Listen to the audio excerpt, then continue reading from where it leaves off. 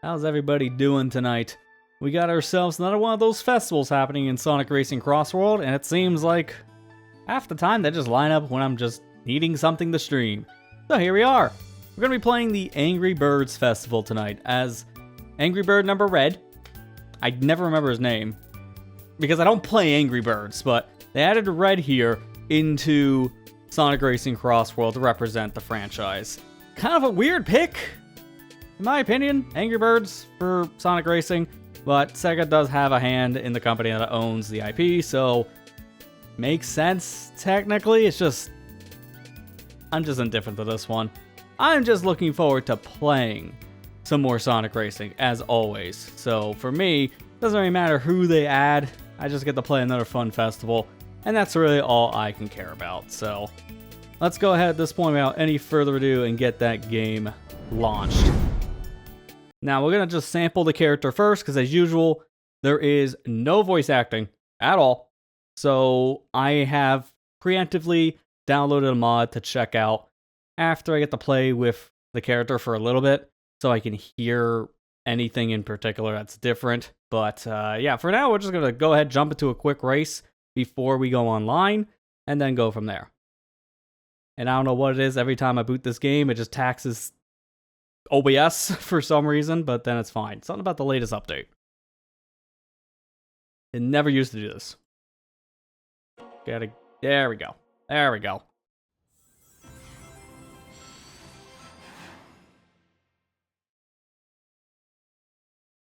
Now let's just skip all the standard crap here and get into the game itself.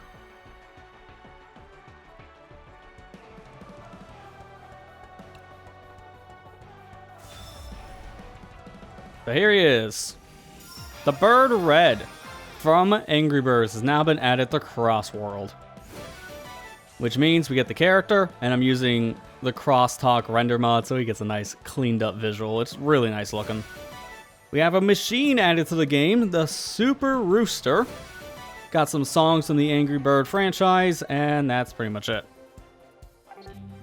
And it's that time again. At last, or just as usual, it's time for a festival.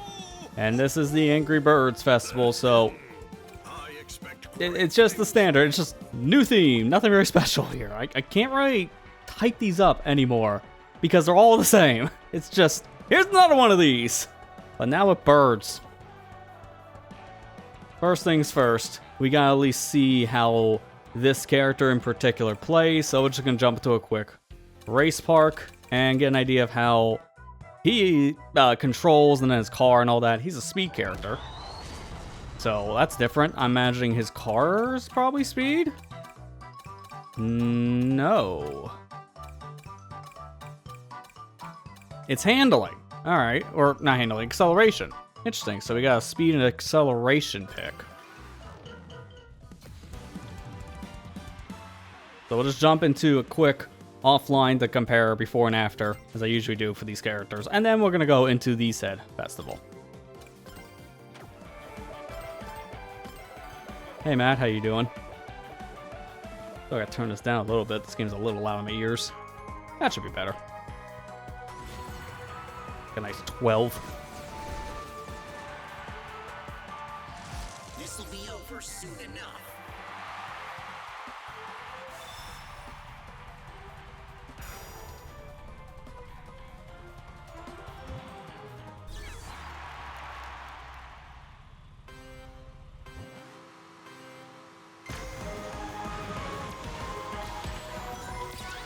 Stayed home, tired. I get that. Sometimes you just have those kind of days. What about those squeaks? So, I should reference my history with this Angry Birds franchise, as you normally do for these new characters. I have played Angry Birds before, when, you know, it first came out, like, what was this, 2011 time period? It was, feels like a lifetime ago for me. And that's the last time I played it, is when it was new. I've not really kept up with these games. It's not really my cup of tea. I've seen the Angry Birds movie, and I didn't really care for it. I thought it was okay, but not something I'd watch again, and I'm surprised it's even got a sequel for that reason. Again, it's nothing special, but it was a hit for the kids, so I guess it did its job. I'm gonna hold this for a little bit longer, so I'm not gonna use my Wisp yet. So yeah, I have like no history really with Angry Birds outside of playing it for maybe like an hour or two at most, if that. It's one of the very few like PlayStation mini games I know I have on the PlayStation 3, because for some reason this was on PlayStation 3, which was kind of weird. As a home console, it got something like this. I'm gonna stay over here, because that looks pretty bad. Yeah, these squeaks are very weird, dude. Oh, okay. Yeah, I'm holding this now because I can just get away from danger. I haven't used a single item this whole race, which is hilarious. And yet I'm in first place. So it hasn't mattered. I got things to protect myself. For one, I can just dodge whatever that was.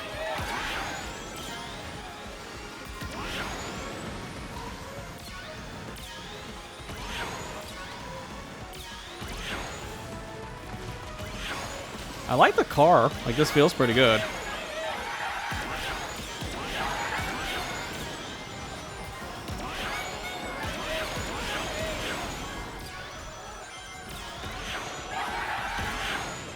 Dude, what about these bounces? I'm just gonna use this now to protect myself.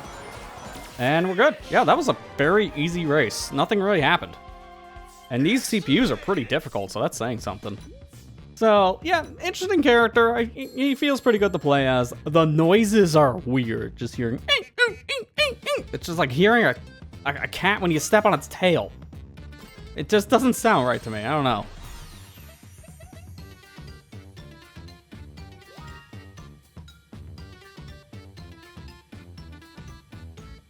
Oh, geez, yeah, swerving on the road. I would not drive in at that point. You probably made the right call not going in.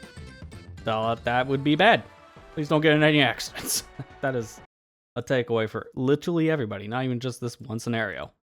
All right, let's turn on the classic red voice that we have downloaded here and boot the game back up so we can hear what this voice is. I believe this is based off of the games because there's two different voice packs that I've seen available in Game Banana. One was a work in progress, so I couldn't even download it anyways, but there looks like there are plans to add the movie pack in here, which I'm good. I'll just use the video game lines myself. Thank you very much. Oh, that's right. I also turned this is a classic red, which is instead of the movie design, it's literally just the head of the bird. So did I click on the wrong mod? I did. Well, you know, this is fitting enough. That was next to the other one. That's probably why I clicked it. All right, well, now you get to see a 2-for-1 special. I forgot I had that. And I just downloaded it 30 minutes ago.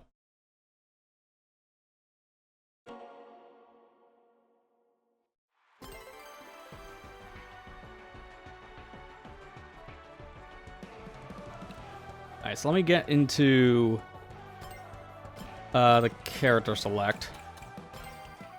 And we'll get to hear this for ourselves. So I'm going to turn up the volume so you guys can actually hear it.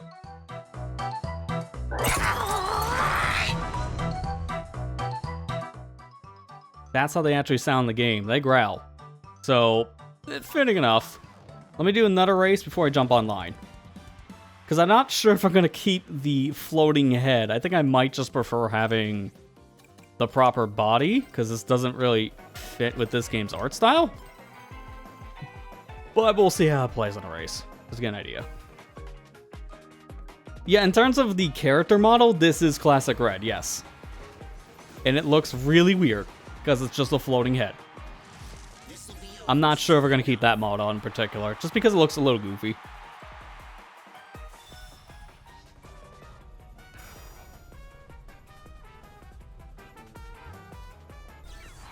Yeah, just there's nothing touching the wheel or the pedals.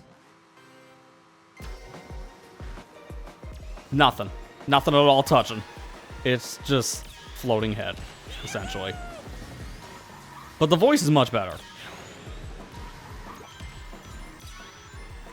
This is why I just wish, in general, they just have voices for these actual characters, but that's been a problem I complained about since day one here, so I don't think that'll really ever be a thing that's fixed. Thankfully, the community fixes this for me, and I'm so glad.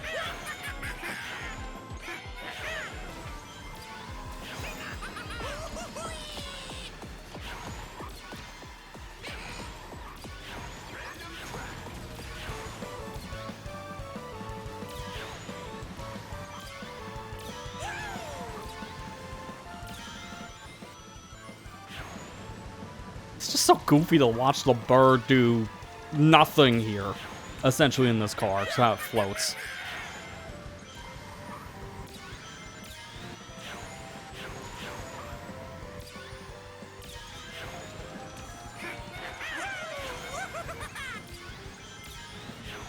I'm gonna go over here. I'm gonna keep these items because these are pretty good to have right now. It's no guarantee I can get anything better in first place. So I'm probably just gonna hold these.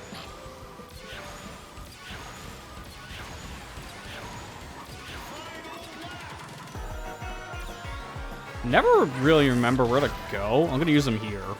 But I never remember where to go in this specific section because it's faster to go a specific route, but I don't know what that route is. Never remember. I gotta time trial this at some point. Kind of want to do the same thing I did with this game that I did last year with Mario Kart World and just play through all of the tracks and then react to just the current world records on the leaderboard, and then I can learn from that. I just haven't had the chance for that yet. Also been waiting for more of the tracks to release from the DLC. There we go. Another clean race. Jeez, I wasn't expecting another clean one. Nice.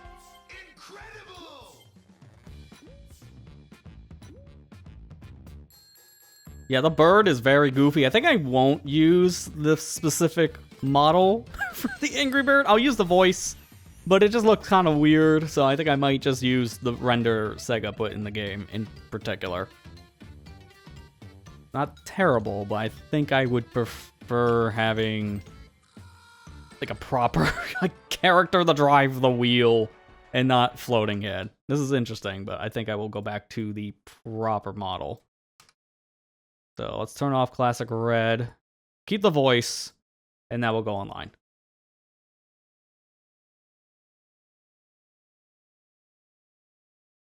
I think the Sonic race is probably the best. Like Transform, you have to admit, they cooked with this. Oh, 100%.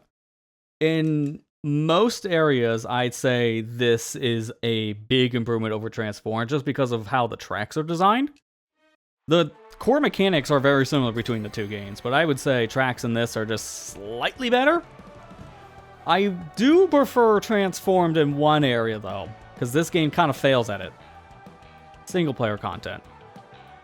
Don't get me wrong, Grand Prix is fun, and Race Park is pretty unique, but you had a proper, I wouldn't say like story mode in Transform, but you had more like a mission mode in that game where you played all these different kinds of races. So there was a lot of variety, and that's just not here in Racing CrossWorld. So as much as I like this game, I will give Transform the single-player content win, because that is just much better there. At least in my opinion. Some people might disagree on that one, but to me, I prefer the mission structure. I've wanted mission mode to come back for years in Mario Kart, and we kind of got that with Mario Kart World. It's not the same thing, but it's close enough. Because mission mode was always one of my favorite things from Mario Kart DS. And even Mario Kart Wii, because of the tournaments, essentially being that. Alright, but now it's time to jump online, actually get to play the said festival here in question. So, I'm just going to jump in and get a feel of this, and then we'll go from there. Matt, if you want to play tonight, you're more than welcome to join in, and I'll also extend that information. I mean, I guess I'm not wrong. It is information for you. That invitation out to other of my mutuals who have this game. I'm just going to jump into a race now to get a feel how people are playing to start this.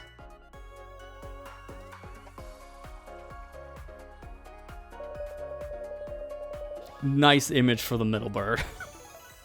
I can't remember their characters as much in the movie. I think yellow was supposed to be the goofy one. Well, explains the image.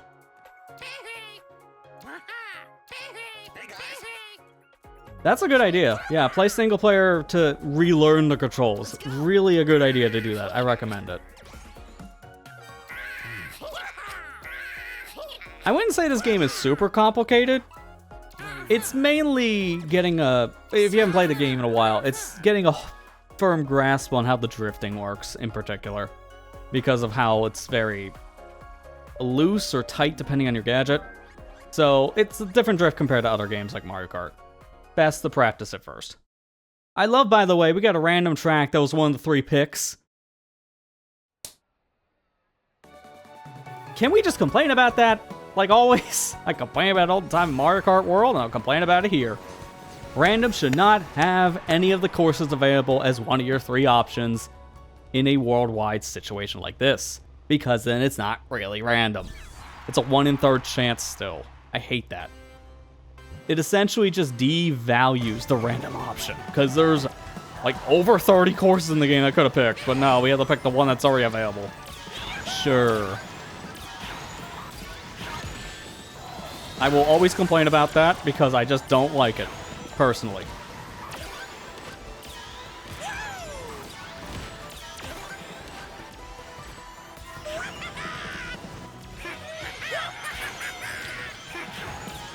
Yeah, this voice is good. I prefer this than just the sounds the bird are making, even though I do like the sound effects that this bird has. I think those are pretty fun. I just prefer voices for characters. That's a drill, so I can just stay clear of it, and I can hold my shield. Tap my teammates.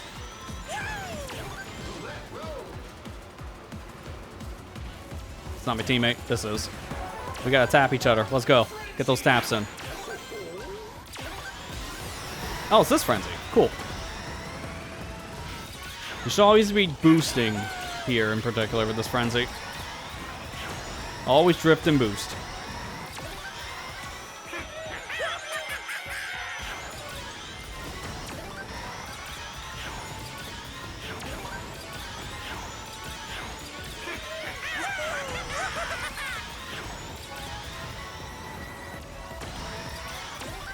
Get that tap in.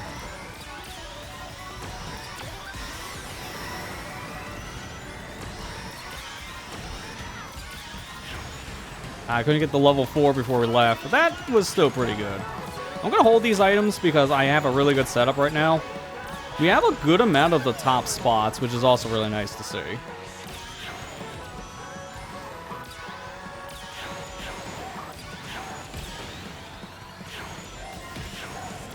Careful. Oh, I can't take the shortcut now because of that. I was a little too far over. I thought I was going to fall off.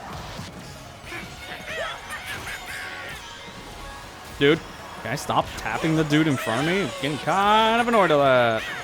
Right, I'm going to use this here. I need the item. So that was a little awkward.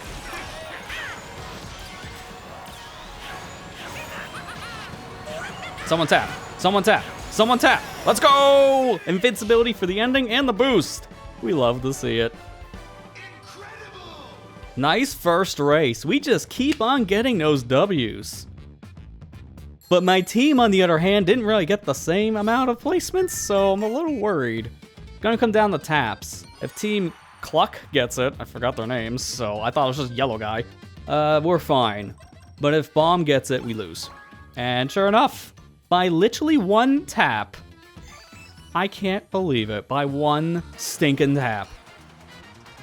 We got a tap at the very end, too, to get the boost, so it was that close the whole time. We couldn't get another tap we wanted. That's unfortunate.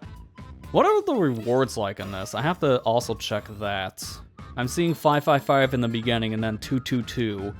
I guess that's the amount of tickets you get onwards from here. Let's see exactly what it looks like.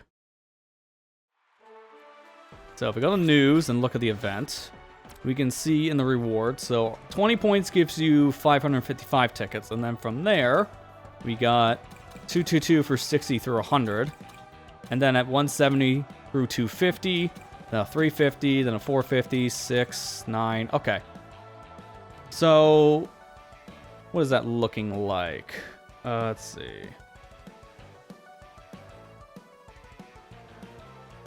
Get my calculator out. It's a little buried. Here it is.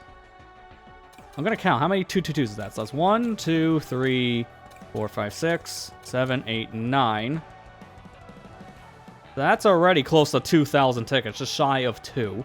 And you have 1, and then 2 555s. So I take that number, which is 1,010 tickets.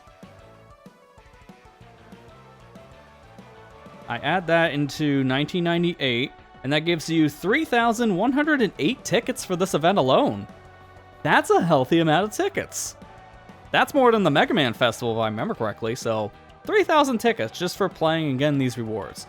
And keep in mind, this just started today at this time period we started the stream, 8 p.m. Eastern. This goes all the way through Sunday of this weekend to 8 p.m. So this is a very likely situation. Just play this event on and off, you'll guarantee yourself 3,000 plus tickets. So, an easy amount of tickets to get, to say the least. So, yeah, I'm gonna definitely want those. And I'm mainly gonna just have time, honestly, to play this tonight. So I'm gonna be playing this until I can get all the tickets, since I'm gonna be very busy starting tomorrow. And it's been a busy month, to say the least, but especially starting this weekend, I'm gonna have no time for something like this. So let's go grind out those tickets, shall we?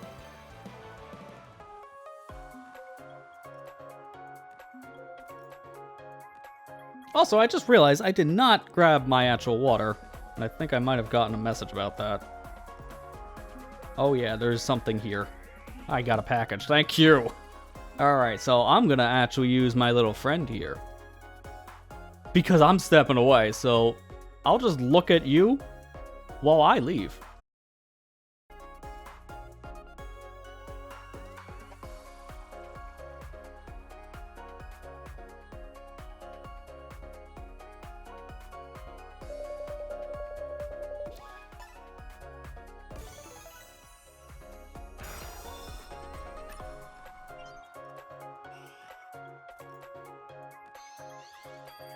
Alright, it really helps that I had someone else in the house because I just realized I also forgot to grab this and they did me a favor. And they got my jug of water I always use for this.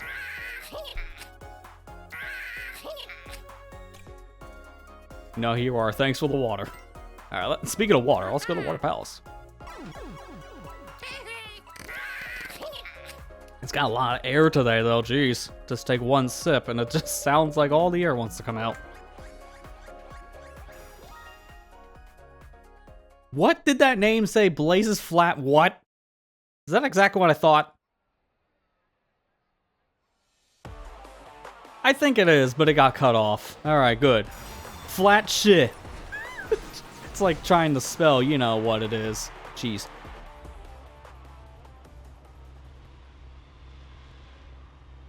Also gotta fix the mic position here a little bit so it's not in my face, but close enough. This car looks very bad, for lack of a better term. I don't like the gold on this car. The strong yellow is more like a gold, and I don't know, it just doesn't look right in this lighting. It's like the gold cart in Mario Kart 8, but just a higher saturation of yellow. It's like a banana car, actually. Alright, so I didn't pay attention to what this was because I was dealing with the water situation. So this here event we're playing now is the boost gates. So we want to hit boost panels and boost gates here and there. That should be our frenzy type. The more boosts we hit, the more points our team will get. Nice, got a laser. I'm gonna go over here, I would say, because these boost panels are a little bit easier to hit compared to the ones on the left, or on the right, excuse me. And I'm gonna want to use this here, because I'm a little too far back, so laser be good. Ooh, we got ourselves something good. I hit the button as soon as that dropped. I was holding it for a second, because I was paying attention to my teammate having the boom boom.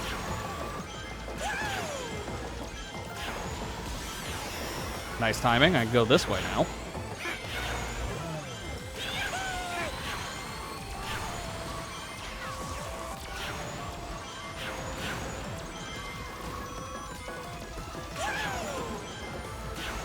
Dude, I got boom boo.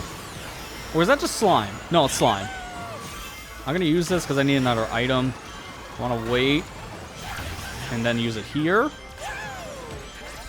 Try to hit people right around where they're getting items. I can't judge where the items are in relation to the players because I have no minimap, which is the one thing I don't like about these team games still. I'm surprised they have not tried to address that in some way, like fix the UI up. I don't know why they can't just move those character portraits somewhere else on the screen, because it looks like I got plenty of space probably on the left.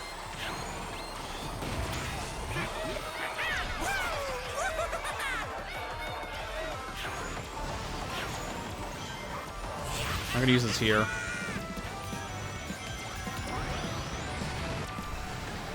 I'm gonna hold my laser though, because that was a good stretch just to protect myself, because I was afraid I was gonna get hit in that corner. Get all the boosts. Oh, I got the Mega Wisp pack. Nice.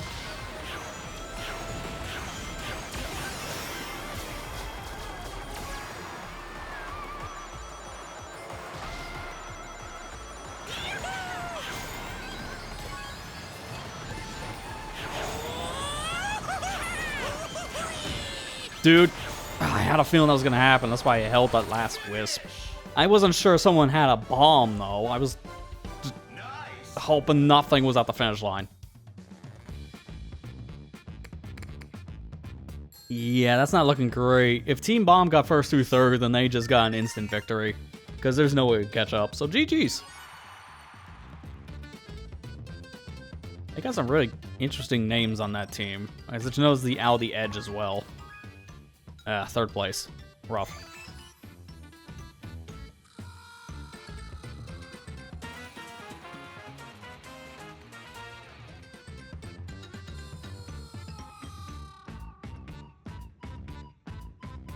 Hang on, I got a message here I gotta check.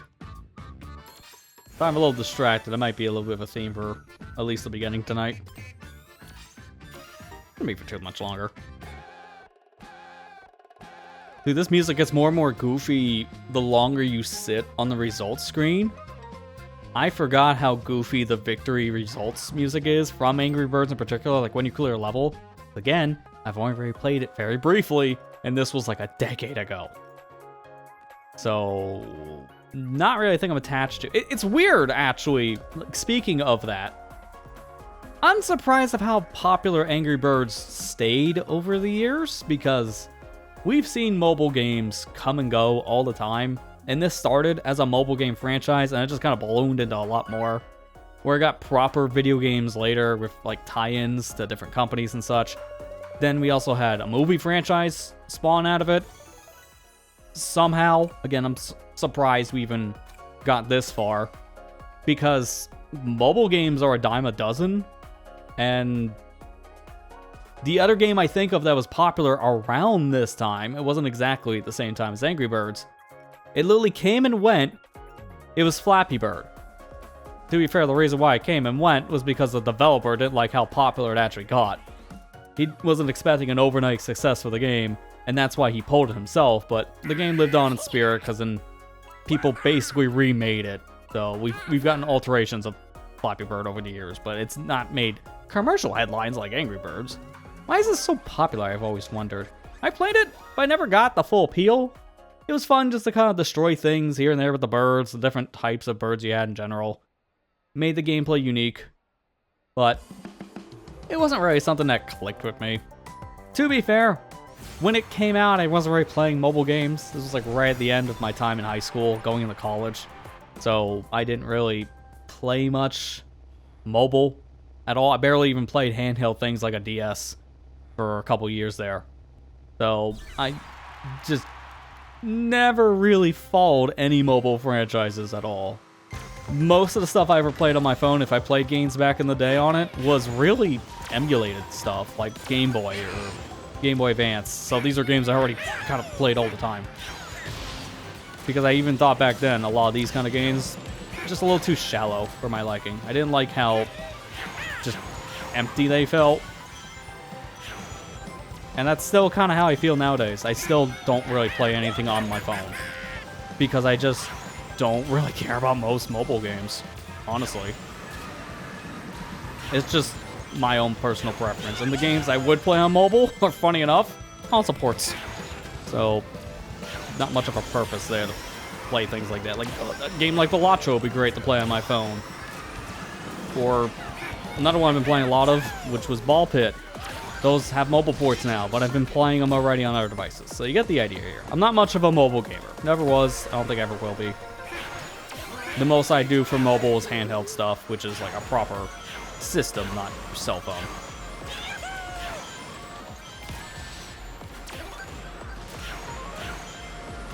Okay, don't be falling. Little too close.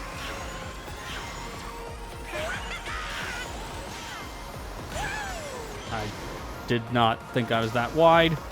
Because I don't have my plate right now for the drift, so I feel very out of my element. In terms of my handling and driving abilities. Nice, getting hit right as soon as I made a turn. Love to see it.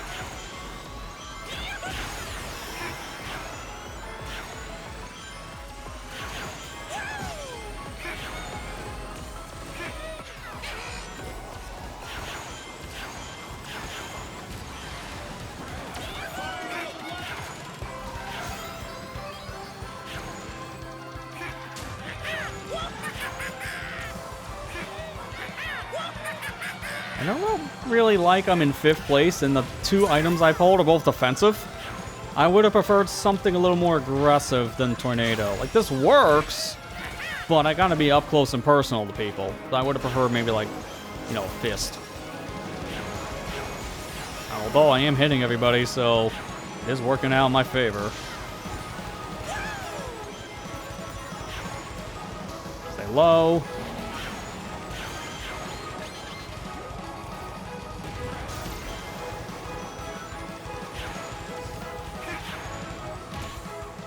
I don't like how close I am because he has a tornado.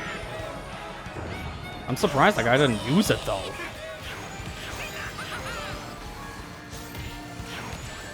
Now he uses, of course. Of course, he was waiting until everyone was in a cluster at the end, so you can screw people at the finish line. That's pretty terrible. I still got 4th, but I think I would have got 2nd place if that didn't happen. So this is really now... Yeah, we can't even win. Never mind. It was going to come down to maybe the boost panels, but it's impossible. Red could still maybe... No, actually they can't, because 35. Oh, it's just a clear-cut victory for Team Yellow over there. Man.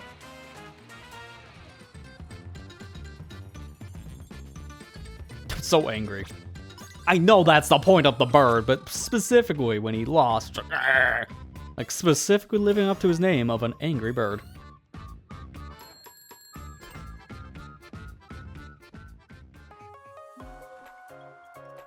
Let me see what our plate is, because I didn't even know what I had.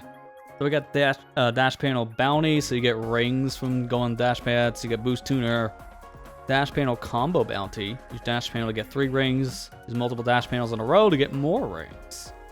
I don't think I've seen that one before.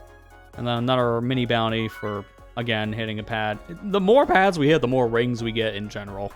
So this is very focused on keeping your ring count high. Going back to Team Bomb. You know, I'm gonna go Urban Canyon. I like Metal Harbor as a theme, but I don't really like racing on it that much. Especially on lap 3, we just have that one vertical ramp section, so you just a good chunk of the lap in the air doing a trick. I don't really care for that part. It's a cool set piece, but driving it after a while is not that fun. I forgot I also have the voice lines for my expressions. I'll try that in the next lobby, because this one's pretty much over.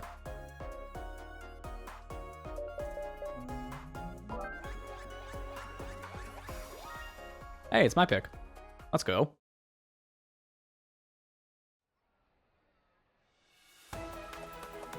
Ugh. Man, I'm so tired. I'm gonna get more rest, I would say, going the next week, because April, I've been saying it a lot, but I think I can kind of explain why now. This has been a very, very busy month. This week alone, I swear I've done more work around here than I have in months. But it's also because I had to take care of a lot of things. Like, this week was pretty much a spring cleaning week. We really needed it, to be fair, in this house. keep up with it very regularly, so it's not as much to do, and yet there's still a lot to do. So that's been really tiring me out every day, just doing some major project. But it's been worth it.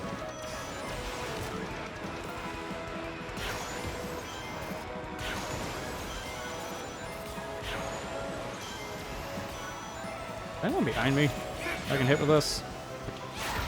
There we go. I'm just trying to see. There we go. I got someone. I don't want to hold that fist forever, because I want a better item. And I didn't even get it. Thank you. Appreciate it.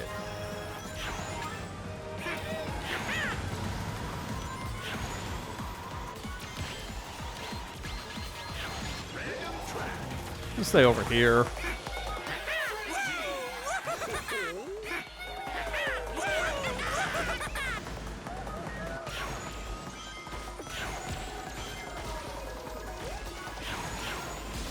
I thought it was going to fall off on that jump.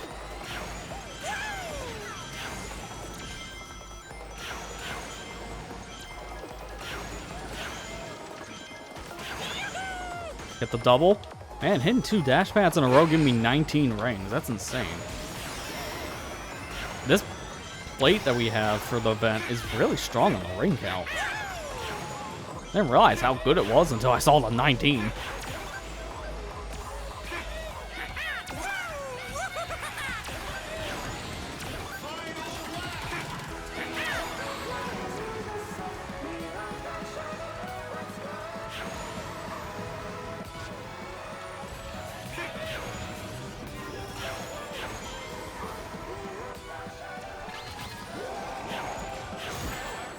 I had a feeling. Oh, I didn't mean to release that yet.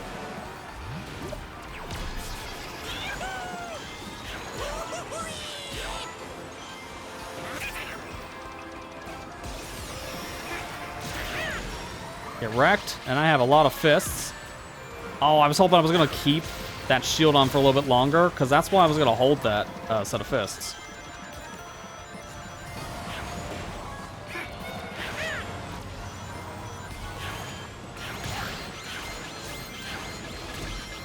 Nice, I got someone with one of my fists. Alright, with that, I think we got 4th? That wasn't terrible in the ending. Yeah, 4th. Teammate got 1st, but Team Red got 2nd and 3rd, so this is going to come down, I think, to the boosts. If Chuck gets it, we're fine, but if Red gets the bonus, then we're screwed. It's every time, man. It's every time when it comes down to specifically that gimmick mode point. We lose it by like a handful at most. I hate that so much, man. It's like playing Mario Party. I played Mario Party in a hot minute, and yet this might as well be like playing Mario Party. Same energy. Okay, well there's one of my decals. Just the bird red doing a slam. Sure. And I got a gadget in 4 points, so we're guaranteed to get that next race. The next one's collision boost. I can't see the schedules. I can't tell what the plate would be. I'm very curious about what that is going to entail.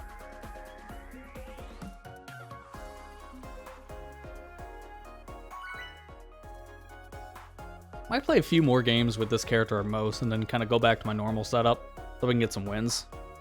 Well, guaranteed at this rate.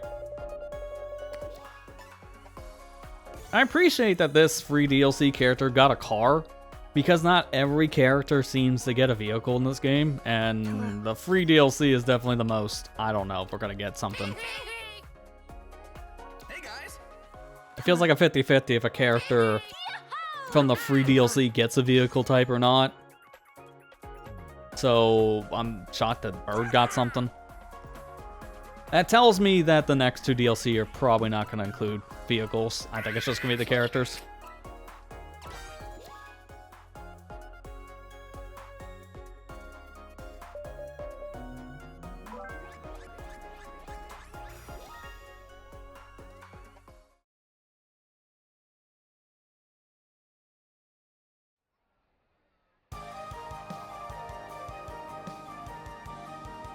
That bomb team is it's nothing but whispers.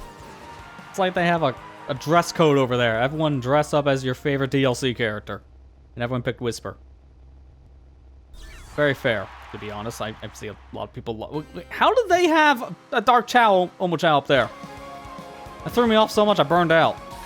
How do people do that when we have rental plates? You can't change your plate. So how are people using something different? I've always wondered that, and that makes me think in the back of my head, that's a hacker. Because you can't change out what you get in a rental. And starting with an item is exclusive to a plate ability. So, we got a hacker, or is that just something the game does every once in a while as a freebie? I don't know, man. I always wondered that.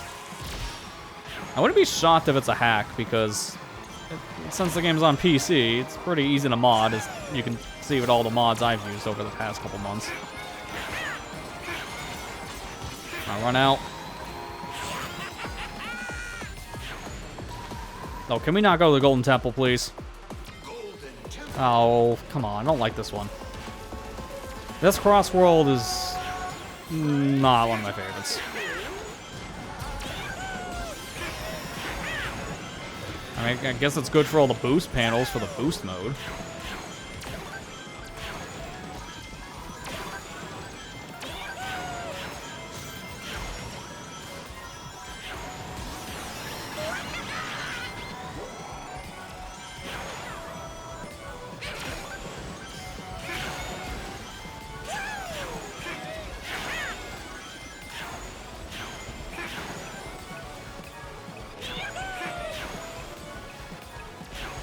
No, I just activated invincibility.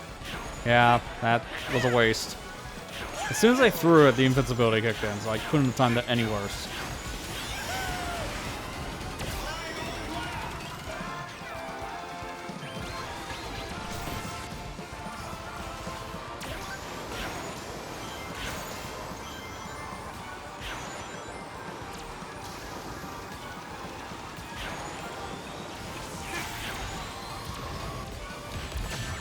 Nice. Just random bomb. I'm gonna use this now because I was gonna hold it for a shortcut, but if I'm 10th, sure enough, I get something better.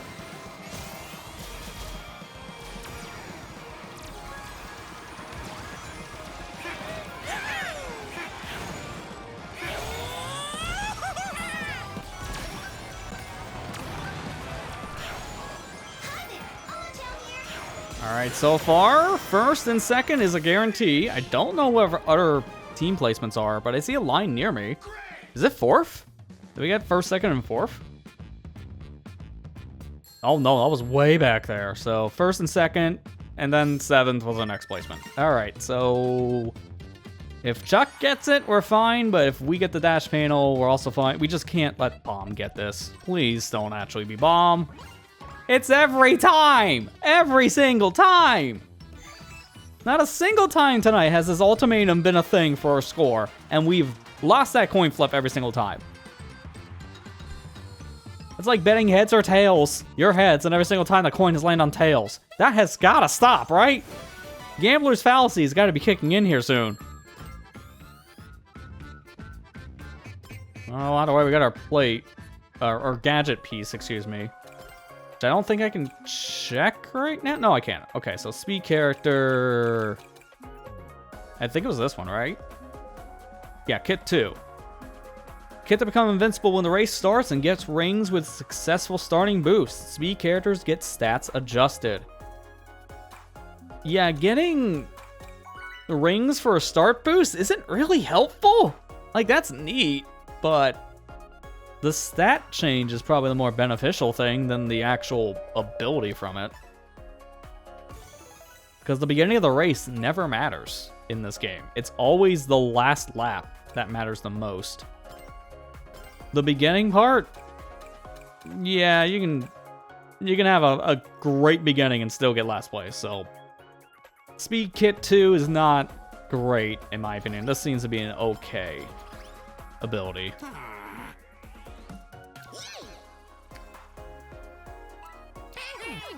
How's the relearning going, Matt? Out of curiosity.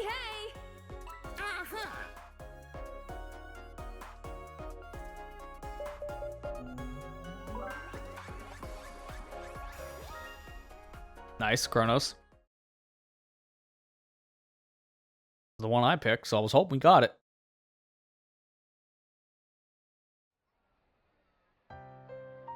It's fitting that we're all Angry Birds on Team Red. Thematical.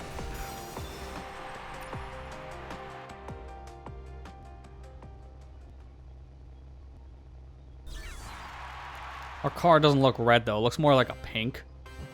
Maybe like a lavender purple-ish. That's more pink when you can see it from the front.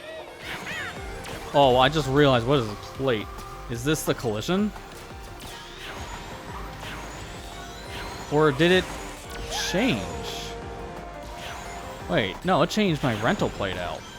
Oh, that explains it. I thought those rental plates you were forced into, but no, you can change them. I tried before and that didn't work. That's why I'm so confused why I got to change this one.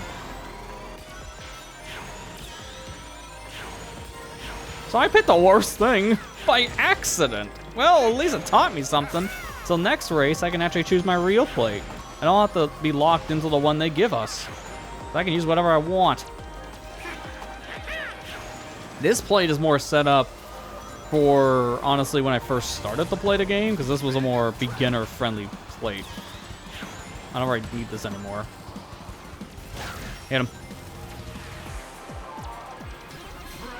Hey Ethan, how you doing? Yeah, I was kind of in the same boat when they announced the Angry Bird DLC for this, because I had to be told again that Sega technically owns the company that makes Angry Birds.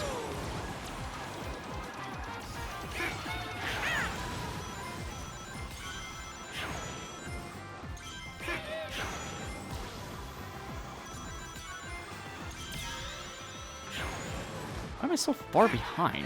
Like, this is insanely far behind.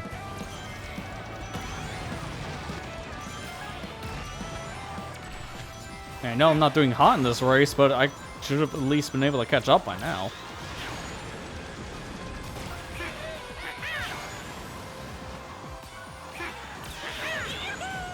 I have to use this because I'm that far behind. I didn't even get a single placement. That's how far back I am. So I kind of can't just sit around and do nothing here. Well, this are really moving fast if I'm that far back.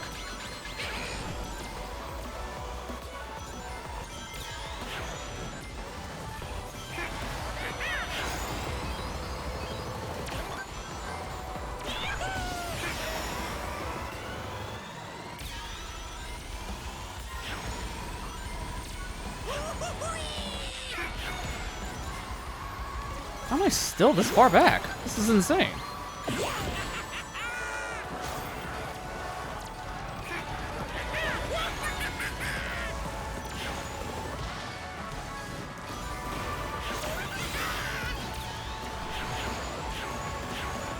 Well, I took the most important shortcut in the game, so at least I got fourth. I don't know what was going on that race, because I couldn't get any momentum. This plate's designed so you can, and I still couldn't. That was really weird.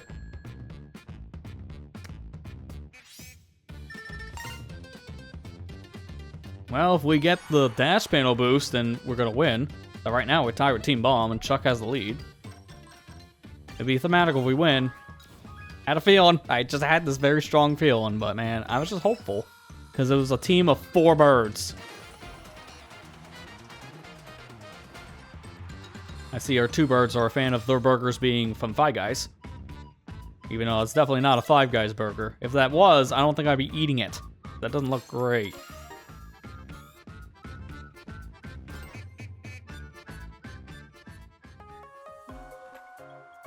Yeah, see why you think I was confused there too. I'm not catching up at all, and I just don't know why in that scenario. To be fair, I'm not playing with a setup I'm used to, but even then, I should still be doing better. Let me go back to the rental plate and just use that.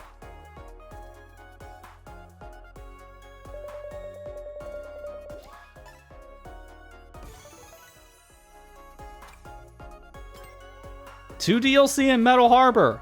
Don't pick Metal Harbor. They're gonna pick Metal Harbor, I can already feel it.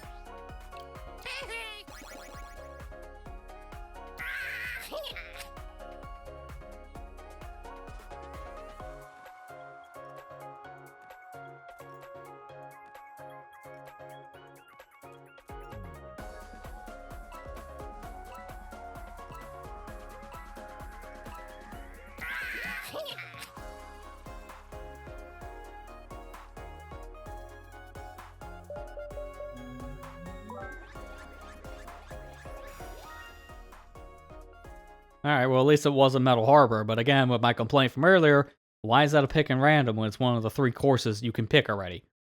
Limits the actual random option.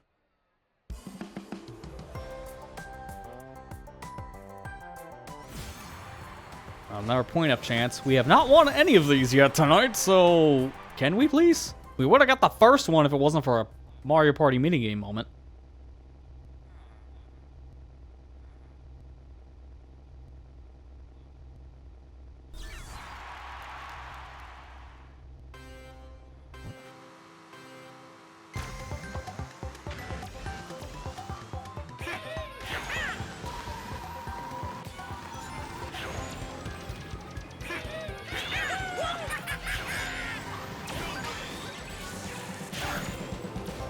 Did my blade actually go out? I feel like it just didn't work. Because I got hit at the moment I threw my item.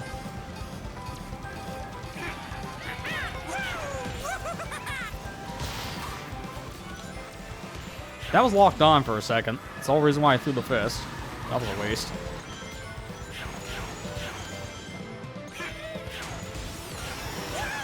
Good timing.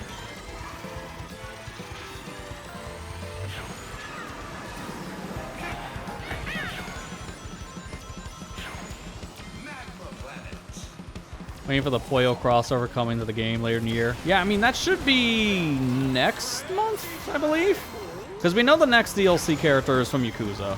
We had a roadmap for the next couple events, and this was obviously the next one announced. And then Yakuza, I think, is in 2 weeks. I think it's the end of April it comes out. So, the Puyo one should be in May, if I had to bet at this point. Probably like mid-May. That's the one I'm actually looking forward to the set myself as well, because, yeah, that's the only real one I think people were talking about was the Puyo Puyo crossover. The other characters, like, who asked for Angry Bird? No one asked for Angry Bird. It was just kind of a placeholder, I feel, because we own it, so sure, throw them in there.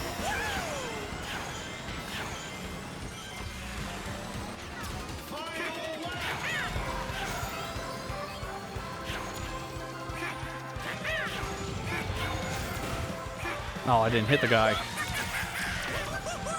Still didn't hit the guy. How am I missing? Over here.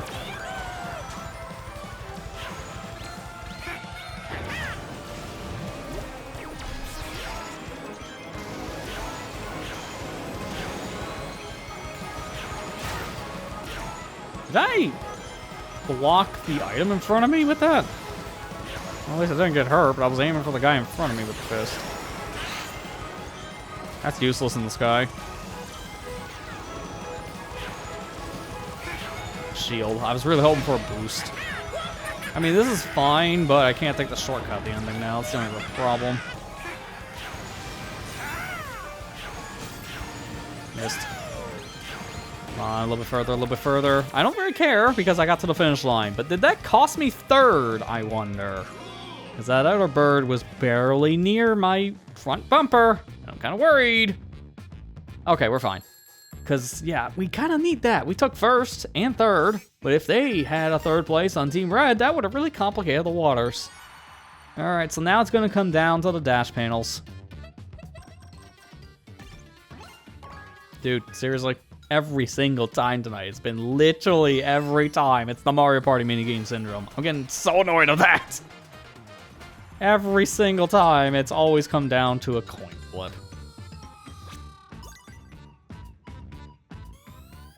I'm not gonna get a single times 2, so I'm gonna be here forever.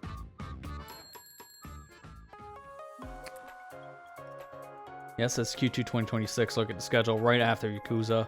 Yeah, in terms of that, hang on. I had a schedule that I found in the past. I'm trying to see. In-game schedules live for April. Yeah, this is it. Yeah, I was right with the Yakuza Festival in particular. So if I show this here, This is the event calendar for this month in particular for Sonic Racing CrossWorlds. So this is April. And you can see here, this is what we're doing now. Obviously, the Angry Bird Festival. After that is then the Yakuza Festival, Captain Majima coming into the game.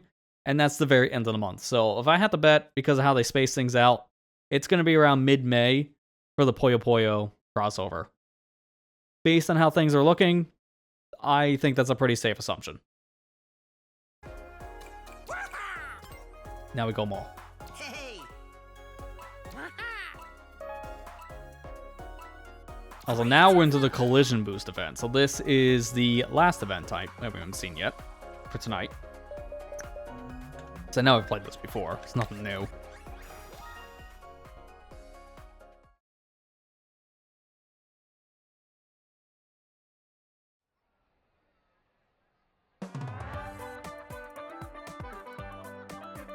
So many birds. Everyone's excited to play the DLC, obviously.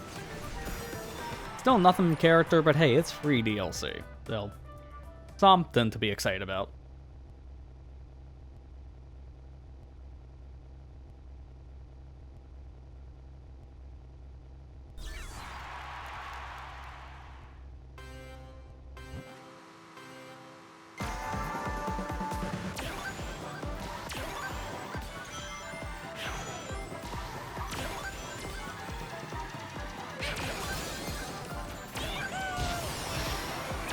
So I gotta figure out what the heck Collision's all about. Is it just bumping into other racers? Not our own teammates in particular? I played this thing once, and I don't remember it.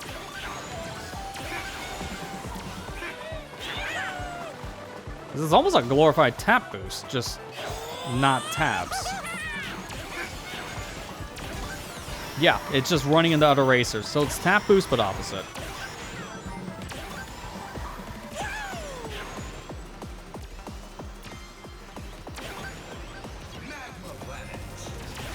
Lily just went here. It's the same crossworld again.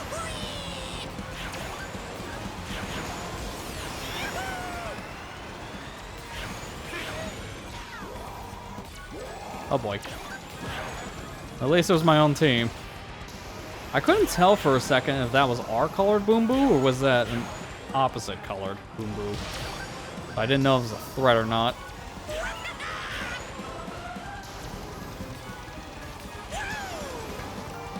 I need rings.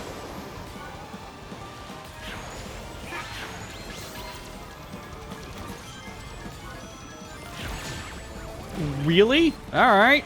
Sure.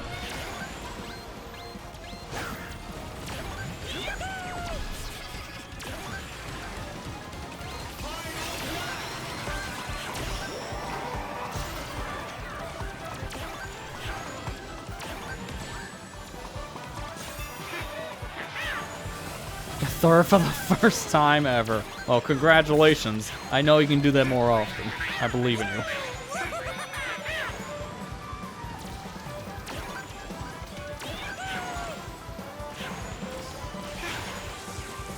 I got turned. I'm going straight to a wall if I continue going that direction. Use this now. Can I get the double? No, cool. Of course. Of course. And then I get this for my ending item. I'm gonna do a bomb in like 11th place. I can't really do much with this.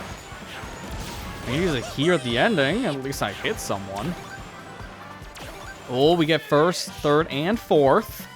I think we might actually win one of these times two for once. Please.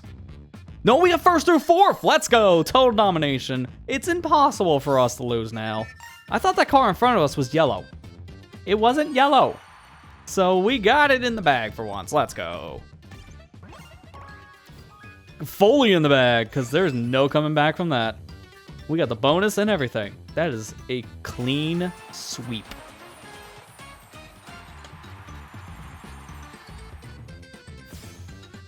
Thank you. Finally, I got a point-up chance.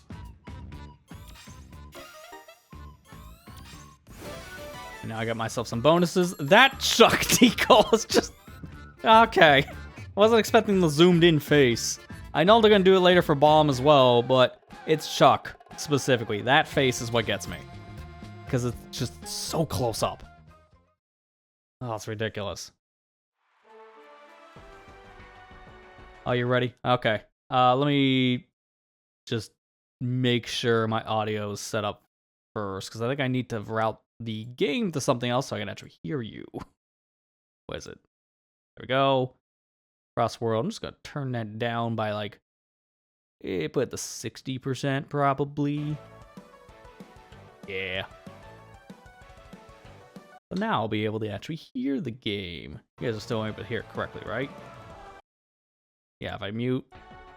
Perfect. Okay, I'm using a different program for this, so still got some learning.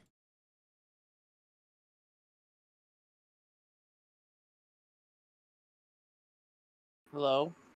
How was it going? Oh, it's been a day. Yep, I can understand it. Yeah. How are you doing? Doing all right. Just tired from the long month so far, but it'll be worth it here soon. All right. I'm playing. Now I'm gonna open up a festival. lobby for people. Well, I'm in the middle of a game right now. Oh, that's okay. I can open it up and I can wait. Okay. Because I'm gonna send the invite out to both you and Ethan. Because invite's out to all my mutuals, obviously, to play this.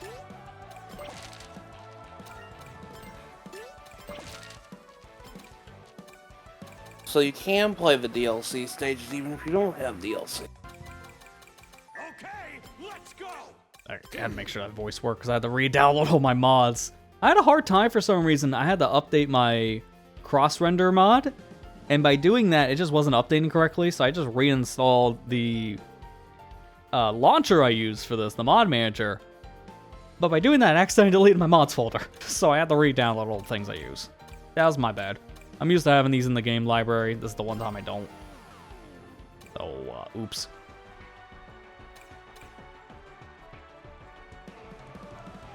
Alright, let me see the news. So I can see collision boost. I want to see the rental plate. Oh, I can't make out the details of it, but one's obviously related to the collision itself. One looks like it's the recovery badge, because the one that gives you less iframes, and then a power bonus.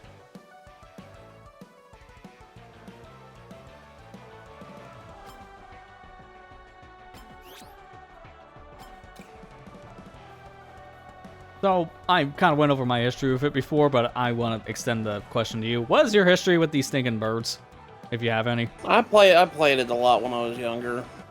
I like the series myself. I really do. It's fun. It's neat, and like it was a fun little like time waster whenever I was younger. I'll say I was younger. I was talking about like I'm. Yeah, because this was like teens, 2011, early 2012 20s. time. Like in my 20s whenever this game came out. Yeah. I played it a lot. I had it on my phone and I loved it. We watched Did we watch both of the movies? I think we watched both of the movies. I thought they were good. I thought they were good How's the movies. second one? Because I've only seen the first. First one's better. Second one's eh.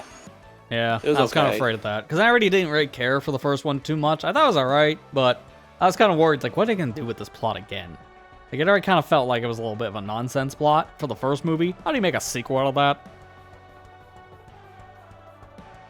I thought the games are fun, and I think they're really good. And honestly, I'm kind of glad that Sega picked them up and they're actually using the IP. So Yeah, honestly, I'm kind of curious of like how that's worked out for them since, because I know Ravio was kind of in a problematic state before they're brought out by Sega, but I haven't really heard much change since. But they haven't owned them for that long, right? It's like maybe a year or two. It's been yeah, very and they recent. haven't owned them for very long. Those are some moderately irritating flightless avians. That's one way to put it. Hey, Kara, how you doing? I think it's supposed to be a quote from the movie, I think. It's been... last time I seen the movie was like... what was it? 2017? So, yeah. When it came out, essentially, on streaming services. It's been that long.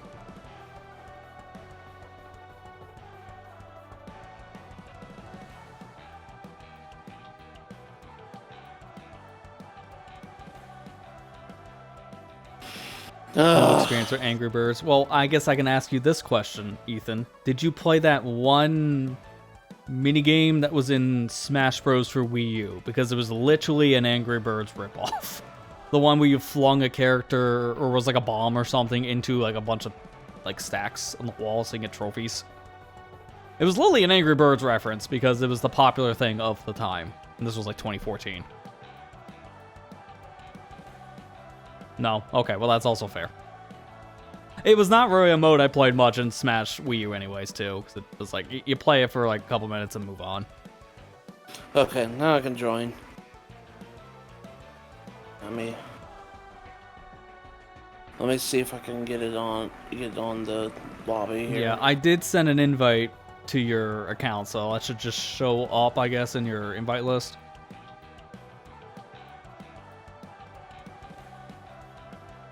Oh, and I found it out by accident, because I was looking at what the unlocked gadget I got from this event, and I found out by doing that, when we get these rental plates, you're not hard committed to using them.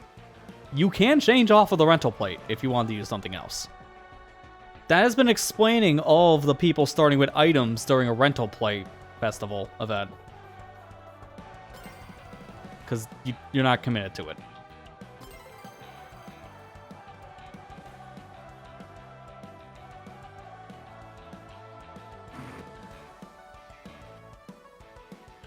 Reject bird. Back to robotity. Back to robotic. Don't know how to word that, but yeah, back to robotics probably the better way to word it. Reject feathers back to metal. Yep, pretty much. Going with the monster truck. Yes, I do. Because I like playing as Omega in this game. I don't know where he stacks in terms of like a tier list of characters, but I always seen him played. So I think he's one of the better power characters. The collision boost, huh? Okay. Yeah, so this is the one where you want to run into your opponents in particular to get a collision boost. None of these tracks are really great, honestly. I mean, if I had to pick one, it'd be Museum, but I'm going random. Let's go. Let's go. Reject hollow bones and embrace solid steel. Well, I mean, if you want to use the Pokemon logic, he evolved from a flying type to a steel type, which doesn't actually happen in the series. They do get the type extra, but they don't lose flying. You're basically a Skarmory, yeah. Corviknight? Yeah. That's another one. Also that one, yeah, that's another one.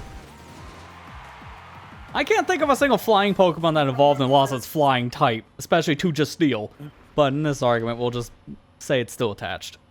Well, its first evolution is normal flying. It evolved into a steel flying type. Yeah, so it still keeps flying, but it gets the steel later, which makes sense.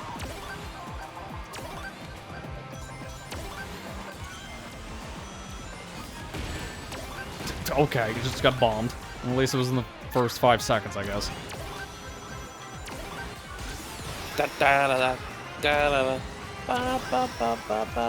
Yeah, using Roost, I guess, would count in this argument, because that is true. You do lose flying for a single turn.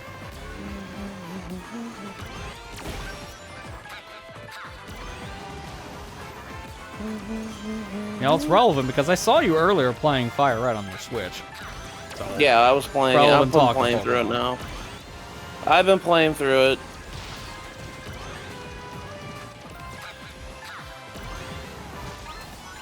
I don't know, I just kind of wanted something easy to play, and that's like the easiest game for me to play.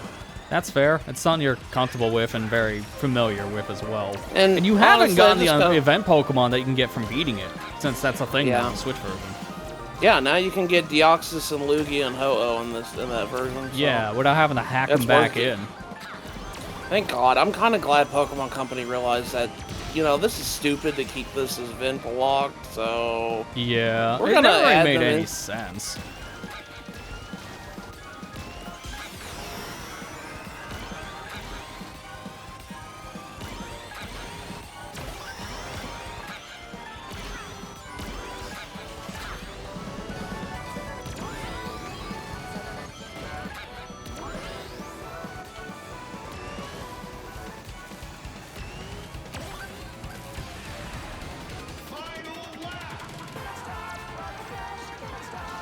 back to Middle Harbor.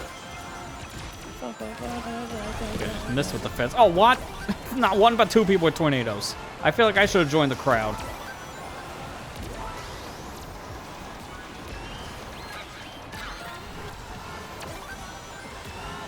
I think I'm gonna hold this for a bit. Or not, okay. As soon as I want to hold an item, that's when someone uses an item that replaces it. Yeah, that's about right.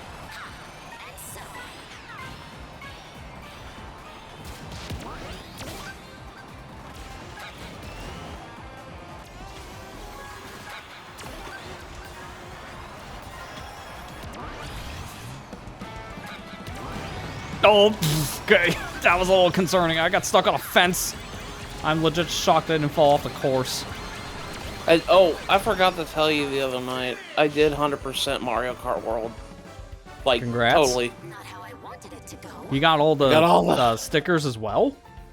Yes. Now that's Yes, impressive, because that's hard.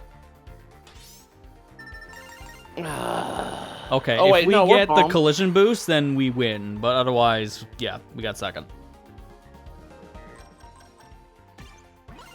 Yay! For once, the coin kept on having to hit tails for a bit. Gambler's fallacy. Finally, it's on hits. Every time tonight, that has not happened. Every time it's been a loss when it's come down to this situation. So I'm glad it's finally breaking the mold. Thanks, Kira. Thanks, Ethan, for the congrats too on that. But yeah, I finished everything. I got all the stuff in the open world. I 3-starred all the difficulties on every cup, including knockout cups, and I got all the milestone stickers as well. Which it's like I didn't have to do very much to do after that, so like once I was done with everything else, I pretty much didn't have many like things left to do on the milestone stickers. I just had to do a couple races. Like the most on congrats on the most I'm gonna congrats myself on is it's like yeah. The most on the rate how many races you have to do is 500. It's not that much. If you just play time trials over and over again, then you'll get it. That's good to hear they count. Because yeah, I figure that's just something you get from playing the game naturally. Yeah, it's really not that bad. I think the only thing and honestly, you can cheese the trick one because it's like, oh, 30,000 tricks seems like it's a lot. It's not really if you just go to like Great Question Block Ruins on open world and just keep falling off and just keep doing it over and over and over and over and over and over again. That's true. That's probably the best course for that because of how high up it is. Hey guys. It helps the game has pretty fast loading, so warping back is instant. Hey guys. Yeah. And then also you don't even have to do that. You can just use rewind. Yeah, I was gonna say you don't even have to do that. Yeah. I'd like to dedicate this congrats to myself. Sorry, my brain yeah. When I said that, my brain got kind of crosswired because I was reading chat in conjunction to me reading, so my brain kind of got cross-stitched a little bit.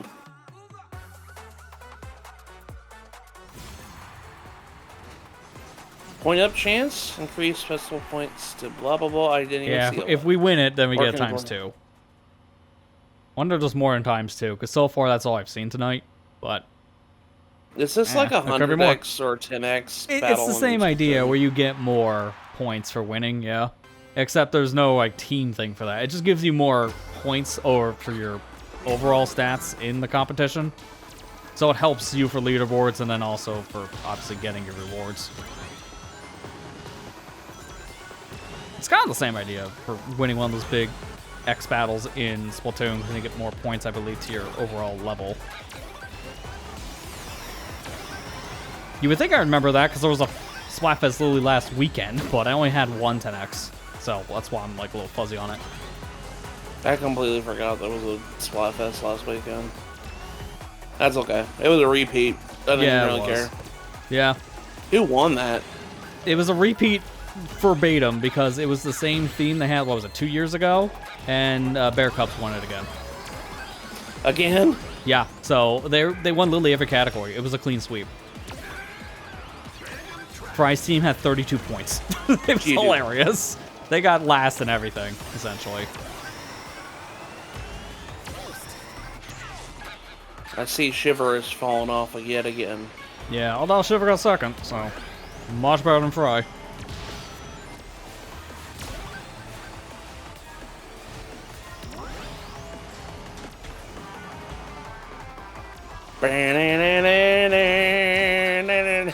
I like how dramatically loud the monster truck theme is compared to all the other music.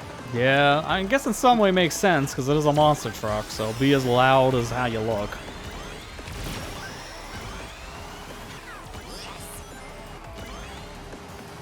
I have no rings. I just noticed. That's not great.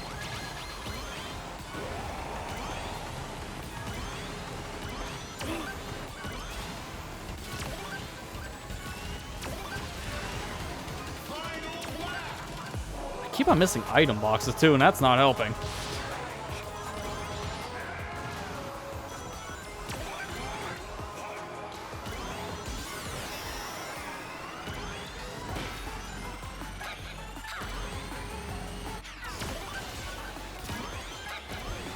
Again? Dude, how am I missing all these boxes? I clearly jumped into the double and still missed it. This lap I've had nothing, so I can't miss this one. Are you serious? How? Not a single item this whole lap. Just give me the pity. Come on. And it's a single red fist. The only item I got in the entire lap 3. A single red fist. What was this lap 3, dude? This was awful. That was so-so. No, it wasn't so-so, Blaze. That sucked. I had one thing to use.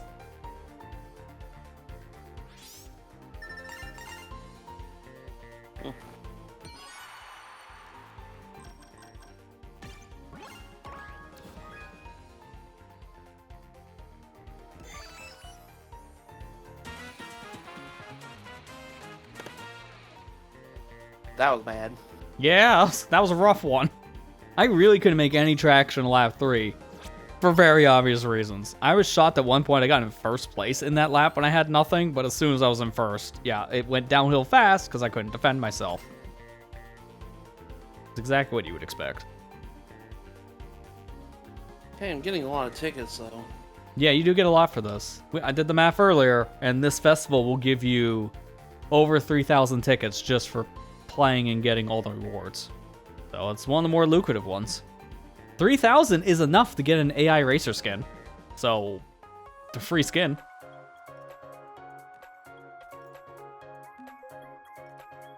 I gotta start spending more of my tickets for that stuff because I have, was it 2 or 3? Because I know I have Shadows. Let's race. But I don't think I have any other character. I think it's just Shadow and Rouge right now. Or Shadow and Blaze, excuse me. Sorry, I went for the same ship that Sonic Team has done for the past 2 decades. A bomb again?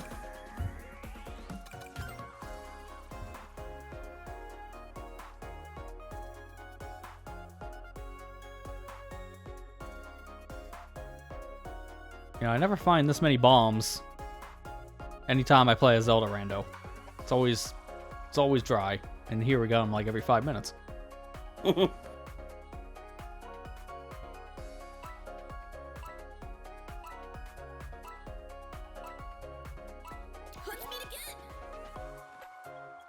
know, talking about that, there's one project I want to try at some point, is an archipelago, but I have to ask, what's your Zelda game? Because I think you probably have an idea which one I would pick in an archipelago. What the hell is that? What the hell is that? It's a multi-world, but you can connect with different games. So, say I What's can play what's a Ocarina of Time. multi-world? Yeah, you that far out of the rando scene. Multi-world is basically you play a randomizer and you can connect your world to someone else's. Hence the name multi-world. And you can find an item in your world that would be for my game. So you can find my bomb bag, for example, in a Zelda rando. But with Archipelago, it's the next level of it, where you can play a completely different game to Link Your World. So, you can find My Bomb Bag in your copy of Sonic Adventure 2, for example. So, completely different games. It's really cool. So that's why I said if we did one of those, what would be your Zelda game? Because I think that's just thematical. Wind Waker, I guess? I don't know. That's what I was thinking. That makes sense. Because that is in the compatibility, I know that.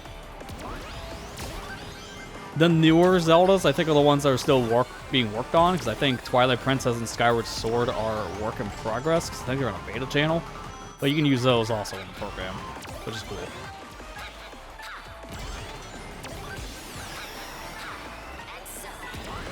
Oh, speaking of Zelda, did you hear the big news this week with Twilight Princess?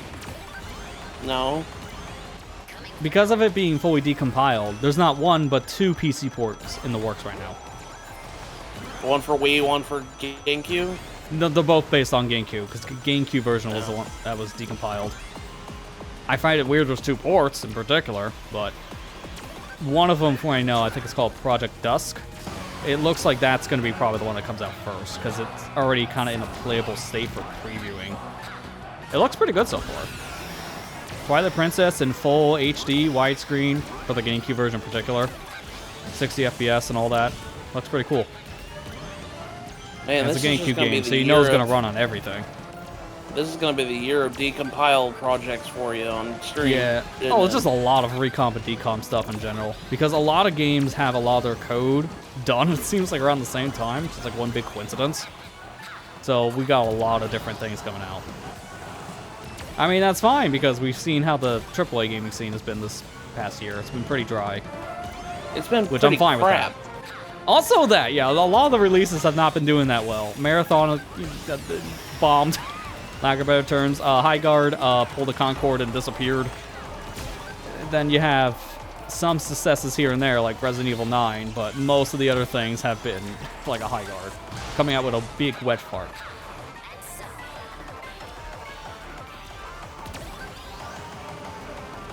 I feel bad for the staff that worked on Marathon in particular, but also I'm not surprised this is happening. Apparently the game had a $200 million budget, and it's already struggling to keep players. Which is not surprising. Honestly, I feel bad for Bungie, but I don't feel bad for Sonic. It's just like yeah. I don't even feel bad for Bungie, because Bungie is also a big problem in this, because they were ignorant. Yeah. They didn't listen to a lot of the players' feedback during the beta testing. Not to mention the people who are in charge of Bungie anymore just seem to be total scumbags, from what I hear. So that's not helping either with a lot of these problems. That's why you hear a lot of like toxic workplace ethics at Bungie right now, which is sad. I didn't know that. That was so-so. At least one of us got third. I don't know about this one, Chief. Yeah, I think no matter what, it's either Team Red or Chuck. We don't have this, obviously. And it goes to Red. By that 1 point.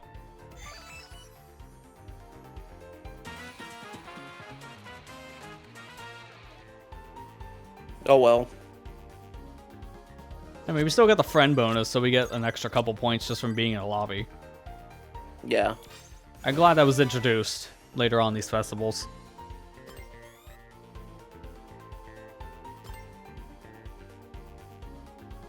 Doesn't that rush car look really weird? It just looks like a giant Scooby-Doo, especially in that color scheme. I actually seen people make a custom car based on the Rush car, and they colored it to be as close to Scooby-Doo as possible. So I'm not far off with that specific reference. There, I'll change it up. I'm technically the same character, because these guys have the same stats. But close enough. Scooby-Doo crossover when? I would like to see it, but I would wonder how would that work because of the whole WB issue now. I don't even know what to think what's going to happen with the game department at this point because of their buyout. Man, I am so out of the loop. What is going on with them now? Wait, you didn't know about the whole Netflix trying to buy WB and then Paramount sniped it last minute? No. Yeah, they're no longer owned by themselves. They were bought out by Paramount. Netflix wanted them really bad, but they just barely got edged out of the buying war, which it sounded like Netflix did not care about their gaming division, and Paramount's kind of the same. So we don't know what's gonna happen with the gaming stuff. It's just kind of in the air at this point. No more Batman games. That's kind of what people were worried about, myself included. Mortal Kombat would also be one that's probably on the chopping block, because Mortal Kombat 1 did not perform well at all. So that's another one that probably wouldn't continue based on how the last game did. Tap your allies. Does that mean like just... Oh yeah, we're back in the tap collision boosting. or- Yeah. I know the last Batman game in particular didn't do that well because, you know, Suicide Squad. That kind of speaks for itself. I'm surprised that game Well, never again, shut why down. why seriously, why are we making live service products? Like seriously. Because Fortnite honestly, did great. That's literally it. Everyone wants their own Fortnite. And shocker, nobody got their own Fortnite. That's literally the answer.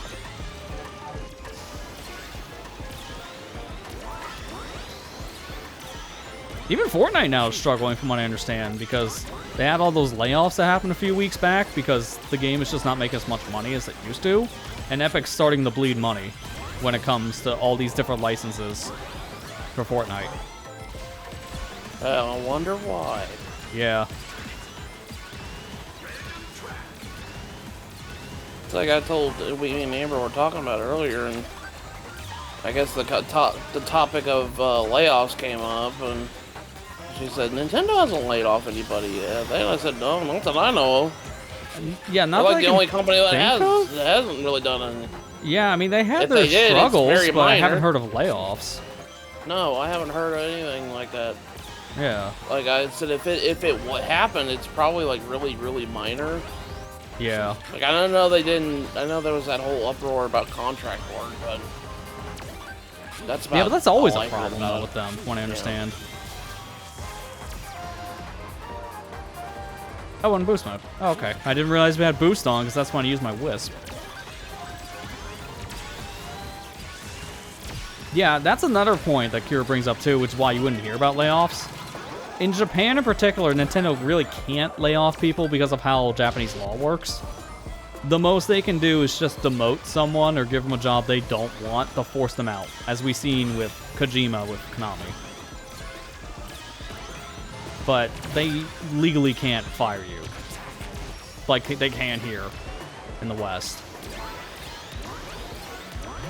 Oh, I'm sure they can probably fire you, but they can't lay you off. Oh, fire! Yeah, I guess wording-wise, they can fire if there's like grounds for it. Yeah, like they can't lay you off because we need more money. Get out of my house.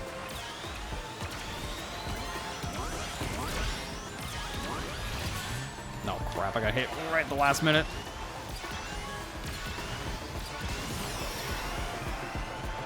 Come on, come on! I think I just barely pushed past a couple racers there at the end, but I'm still like. I think I came in second. I think I either came in second. I think I did. No, I came first. Holy crap! Oh, nice, nice. Yeah, we got a first and a second, so I think that's enough. You and the Miku getting those high places, that's a GG's for us. And this was a ×2, right? I think we get the ×2. I think so.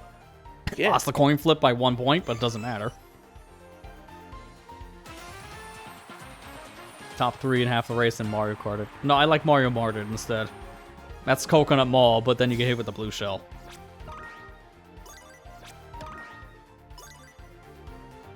That's right, I got double friends. Yeah, we were ×2. Wow. That's like just having my Coke on my head, but twice, like just duplicate the feed. Is that double friends? Double friends. Or the real answer is just a second person joining the call. It's just the same person again. I joke, but I could probably do that because I have multiple Discord accounts for testing. Lester admits that he calls himself and, talks to himself in Discord. How do you think I got that footage for the Xbox and PlayStation videos using Discord? There's no other way to capture it. Yeah, I know I could have asked someone else to do it for me, but then how do I do the weird test at 2 in the morning? Exactly, checkmate.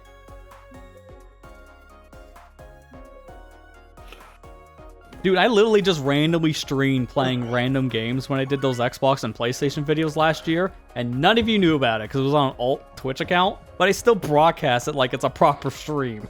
It felt so weird. Did anybody come into the streams? No, because it's on an account that nobody knows about. So, because of that, You never know. nobody They actually might- showed up. I didn't even title the streams or anything. I think it was called Test Stream. So, no one was able to search for it. And that was done on purpose. If someone showed up, I would have actually questioned, how'd you find me?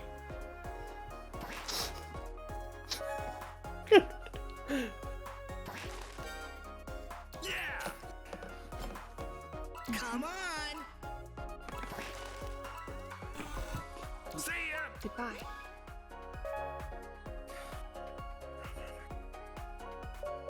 Yeah, I gotta say though, that's a side tangent on that from testing the streaming options on the PlayStation and the Xbox last year.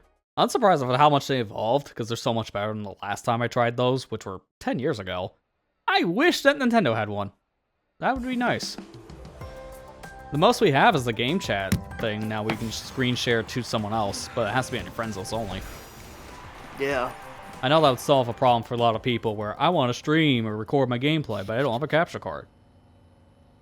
Well, unfortunately, there's no real solution outside of 30-second clips on the Switch. Is the DLC worth getting? For this game, I don't know about that. You really have to ask yourself, are you going to play as most of the characters? Because to me, $30 is steep, and I can't recommend it because of that. Yeah. If it's on sale, then I will. And mind you, this is a Sonic game, so it'll probably go on sale pretty frequently. Next big sale will probably be when it'd be good to get the DLC if you don't have it by then, and that, I wouldn't be surprised, will be summer.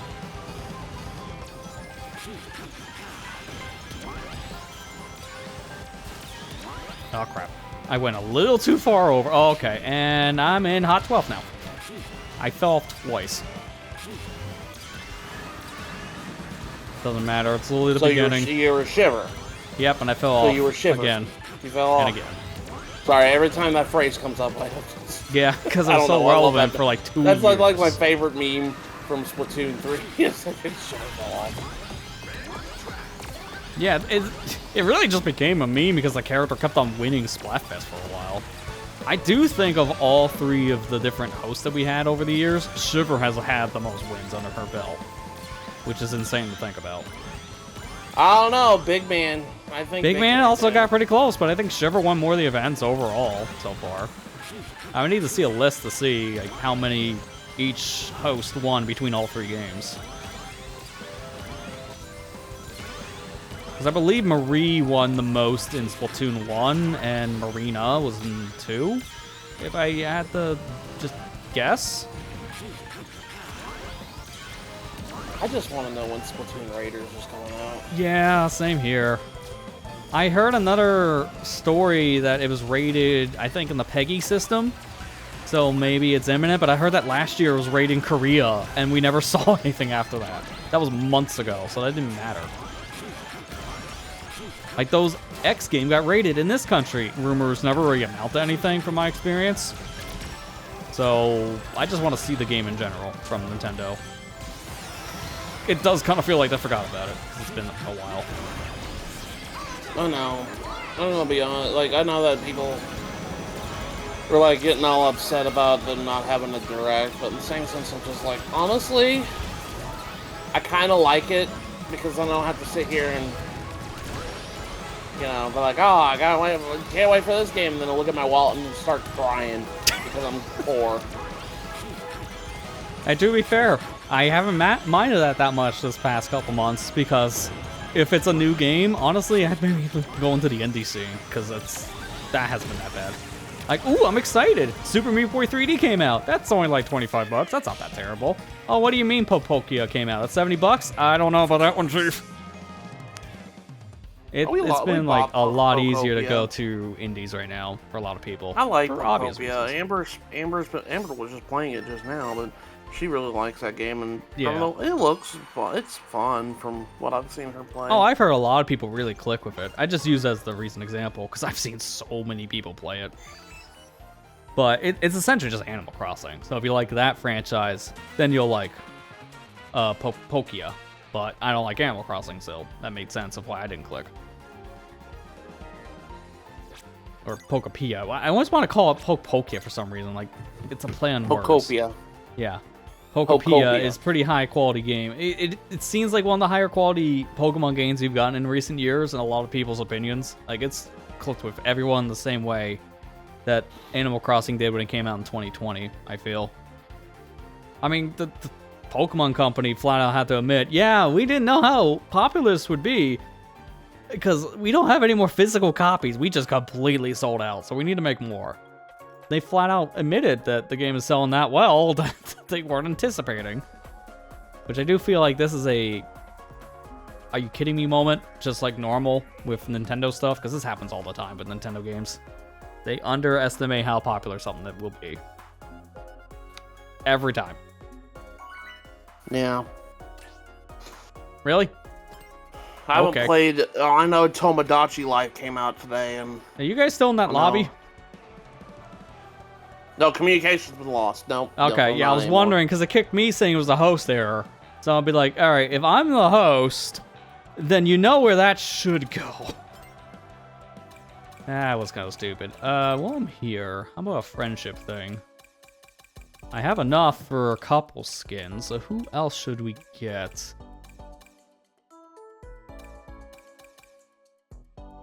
You know, I like how these skins look in particular for Silver and Blaze. So I'm gonna go with Silver next.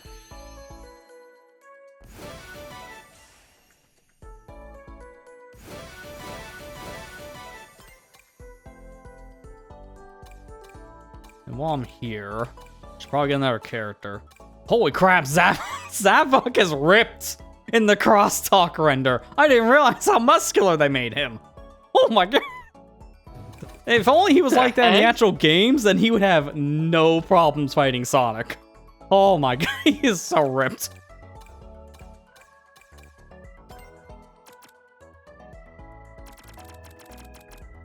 They also overestimate Yokai Watch as a prime example of them marketing the series hard, but not clicking with people. Well, yeah, I agree with that in the sense that, like, it was so weird because, like, the first game was, like, really popular in Japan. Yeah, I was gonna say, Yokai Watch was actually really popular in Japan only, though. Like, that was the catch. So, it actually performed well only in one part of the world. I like Yokai Watch. I think it's a good game. I just wish, you know, it's kind of one of those niche games that I wish people played more, but... Yeah, I get it.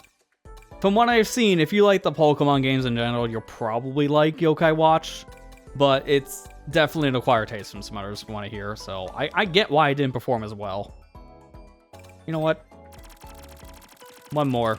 I'm gonna get the one for Sage, because she has 3 costumes in this game. Why am I feeding her 5,000 tickets? No, I don't have that much.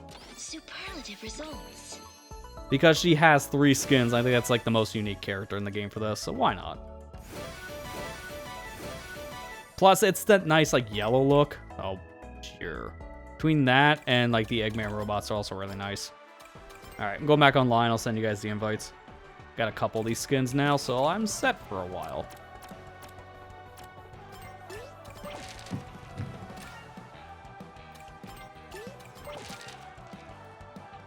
I own all the 3DS games that came with. I wish I did. I have 3, which I think is the rarest one. Yeah, I thought so. But I didn't get all the variants of 2 in the Busters game. I didn't even buy it again because, one, I need to quit buying games all the time. Yeah, if you're not gonna play it, especially if you don't have the interest, then why pick it up, right? It's not that. It's just, when do I have time anymore to play games? Also that, yeah. I like. Why wouldn't I mind like, if there's a lull? Because I have such a big backlog, and I'd it's been say fun that. getting through those games. I say that, and then everybody's gonna be like, "Well, Maggie, you have a 400-hour blah blah blah." Like half that is I'm asleep on the couch while the game is in the background. That's why I Yeah, always give me a wonder with your break. play times, how much of that's actually accurate? It's not really accurate. Half the time I fall asleep playing a game. I know the sleep mode exists, but when you're at my age and you're just sitting down playing a game, it just creeps up on you, and then you're just taking a nap on the couch by accident. That's fair. Seriously. Get to my age. I'm freaking 35 years old. Give me a break. Sitting here saying getting to my age. I'm not freaking 60.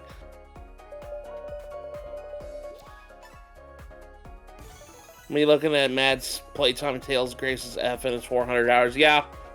I mean, Granted, when you I see did- it with an RPG, you can maybe understand, okay, maybe he's playing that a lot, and then you realize the sleep habits. But still, an RPG having a couple hundred hours makes sense, to be honest.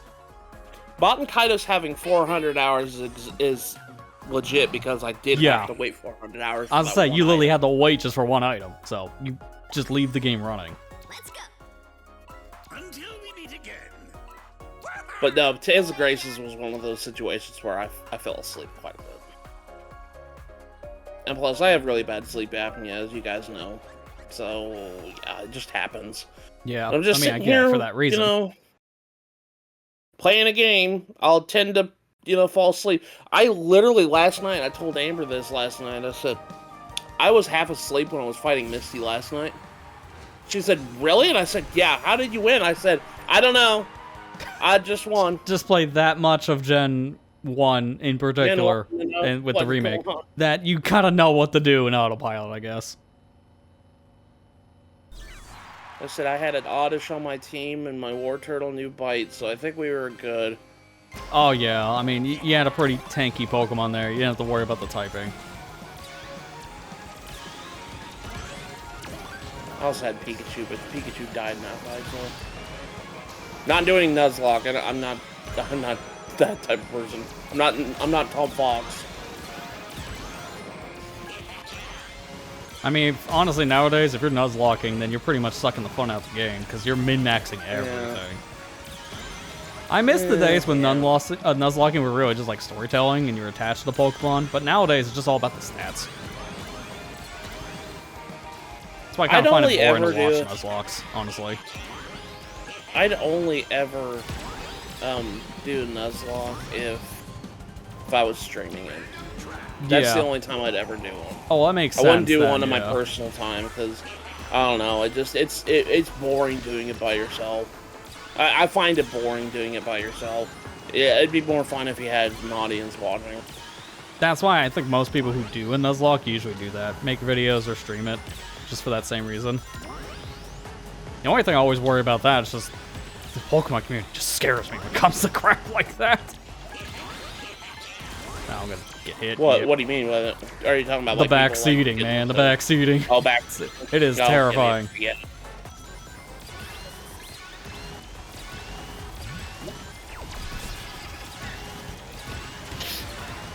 Yeah, I know that. Dude, what an item set. Holy crap.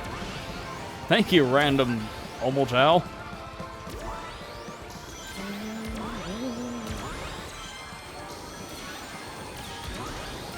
Do do do do do.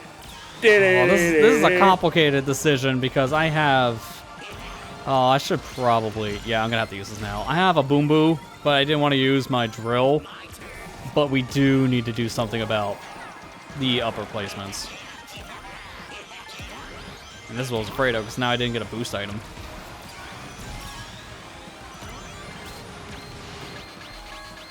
That didn't hit, are you kidding me? I think I still got second? No, third. Just barely lost it to second place. Oh gosh. But we got first place. First and third, that's looking good. And then you got me down here at 9th. Yeah, I'm a little worried about the second, fourth, and fifth, though, from Chuck. It's gonna come down now to the taps, if that's the case. If Bomb gets it, we're fine. It's just us. We want it. Bomb want it. No Chuck. Okay, good. I was waiting for that jinx to happen. Like every other attempt.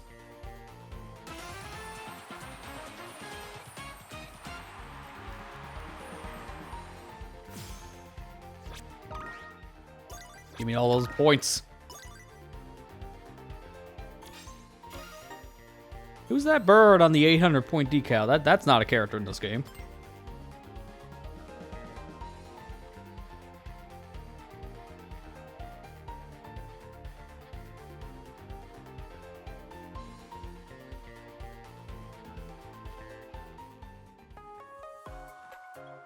I know that my time in Pokemon Legends ZA is ridiculous too. It's like 300 hours. But in the same sense, like that was another one of those I fell asleep on playing half the time. Yeah, I kind of figured that was another one of those situations.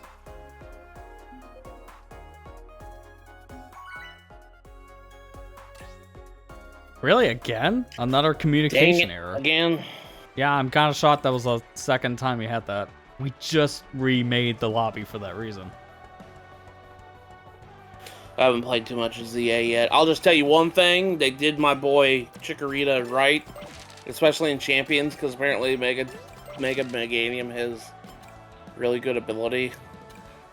That's good to hear, in particular, because of the ability. Oh, God. Its ability is amazing. What it does is...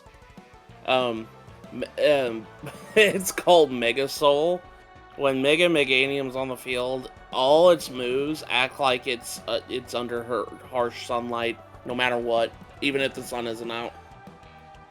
So Solar Beam just really comes powerful. out all the time. So Solar Beam just comes out, you don't have to set up for it. Same with Yeah, that's insane. also like Weather Ball is always fire type, and it has stab, or it has boosted from the sun, so really good ability. That is, because I was wondering what are they going to do with the Megas they just introduced for abilities, and hearing that in particular for Meganium was like, yeah, that Mega fixes one of the bigger Meganium's like problems. really freaking amazing, because Yeah. it's like, yeah, Solar Beam just comes out turn one, doesn't even have to set up for it. Oh, no, don't leave. Go into mode.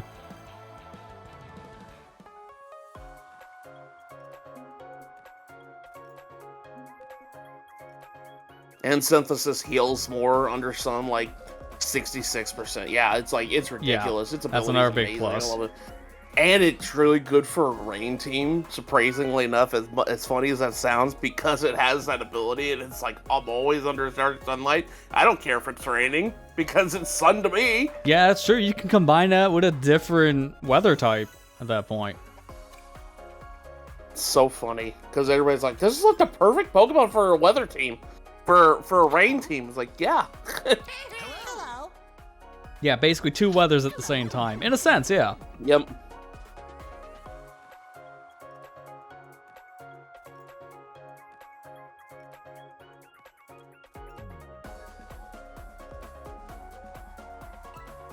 Yeah, like, every move that Mega Meganium does, it just acts like the harsh sunlight is out. The sunny day is out. I chose the best starter for ZA, good to know. Yeah. Yeah, you And really plus, did when not you only think about that, it. Mega Meganium has fairy type. That's another thing, too. Good. That's another thing. It gets the fairy type when it Mega Evolves. Finally, Yeah. Chikorita gets the retribution. Yep, Yeah, exactly. finally, right? It's so actually a decent funny. mod now. Everybody's like, "Oh my gosh, this is what we get for making fun of it." Like, yeah, this is exactly what you get for making fun of it. Chikorita's always been one of my favorite starters. I mean, it's like... Chikorita, they kind of needed the redemption arc because in pretty much every game it was featured in, it was always one of the worst grass types, so it finally needed a win. It isn't. It's a bad grass type. It's just the situation it's always in was bad. Oh yeah, it was always made detrimental to your it. game a hard mode if you picked Chikorita, for one. It just also never learned the best moves for even just attacking or defense and such, so it was just always hard to use in a single-player run. It just never made sense to pick Chikorita unless you just wanted that difficulty. It's Razor Leaf like really super duper early in the game though. That's true, it helps at least in the early game, but then when you run into the wrong types against it, it doesn't matter. So really just, it's game dependent how hard of a time you have. I know in Gen 2 it was not the best pick because you ran into so many types that didn't work against grass. At least in the beginning. I remember being pretty decent for like Pokemon Coliseum because there was a lot of fairy types in that. Oh, speaking of that, there was a big bug that Pokemon XD had on the Switch too. They fixed it. So now the game doesn't just randomly crash when you're playing. Something Yeah, I I saw kinda that. don't know why it was a problem to begin with, but at least it's fixed. It's probably just an emulation bug or... Oh, it's 100% that. It didn't seem like it was fully tested before it got shipped, so they didn't expect a scenario where the game probably just... It sounds almost like a memory leak, where if it just crashed at random, it sounded like it's a leak, if I had to bet.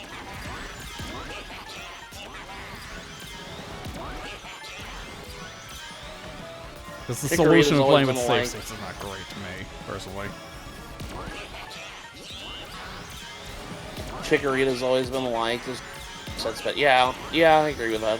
Oh yeah. That's the thing, no one hates Chikorita. It was just always rough to use. I always liked the little guy, but yeah, man, what game could I use this in? There's some people that have actively hated it, and I'm like, why? Oh it's yeah. Cute. It's adorable. I love Chikorita so much. It was my Pokemon. It was my first Johto Pokemon I ever got. So, because when I first played Gold and Silver back in the day, that was my starter pick. Was Chikorita. And I had a level 100 Meganium by the end of the game. Don't judge me. I was like 9. So. Oh, you really put in the work to make your starter good. Let's say that. I didn't understand team building back then. Ah, I see. You played it like a Nuzlocke in today's world. Just use one Pokemon. Yeah. Dude, I was wanting to take the shortcut so bad, and everyone pushed me away from it. Everyone actively knows what you're doing in this lobby. I took too long. I always liked using strength in Gold and Silver because it was like lifting, or like the animation was just lifting a giant rock and just hurling it at someone. Oh, yeah.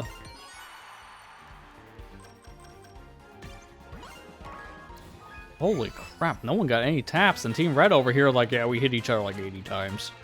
No big deal. I swear, that's just how some of these races go, because we were nowhere near each other.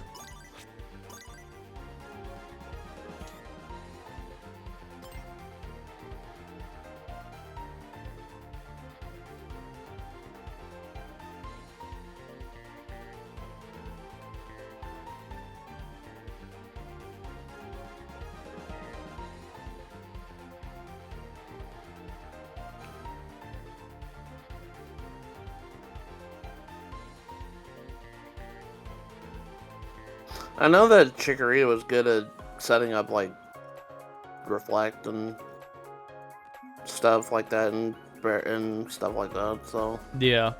It was always mainly used as a setup Pokemon in most of its games, because it learned a lot of like strong setup moves. Oh, yeah, like you had the barriers, you have Toxic, Leech Seed. So a lot of things you can use for setup.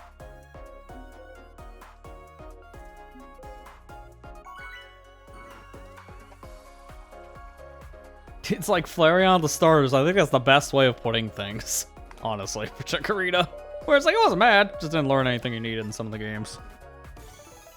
So I get the comparison. Did Chikorita never get Leech Seed? I thought one of the later gens that got it, but yeah, no, probably I not didn't. Gen 2. Oh, I thought I had that at least by... it had poison powder, and I think it had sleep powder. Let's go. I don't think it had sleep powder. I think it only had poison. Let's go. That would be weird, because normally if a Pokemon learns a powder move, it usually learns all 3 of the powders.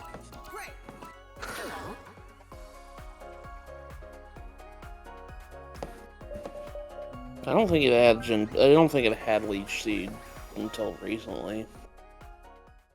I haven't caught any Chikoritas in Gen 9 yet because we haven't gotten that far yet. That's fair. Yeah, I mean, I don't know if I can learn that in ZA. I have to look at its moveset. No, it doesn't. That's based off Gen 9, so that would tell you. It learns Disarming Voice, which is good because it gives itself a... The only thing that really bothers me about Meganium in ZA is it doesn't learn Moonblast, but I mean, it still learned Dazzling Gleam, so that's still a good move.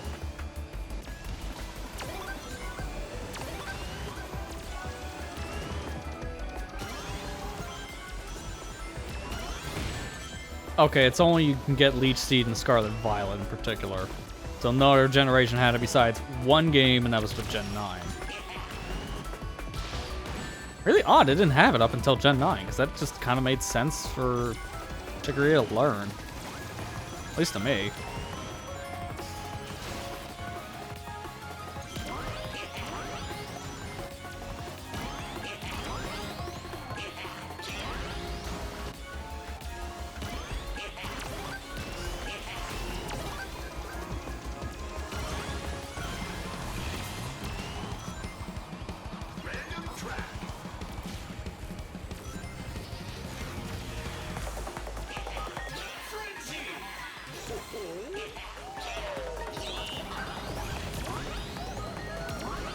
What's the frenzy?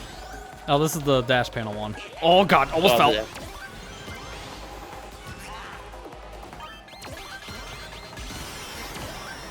So many rings, give me more dash panels.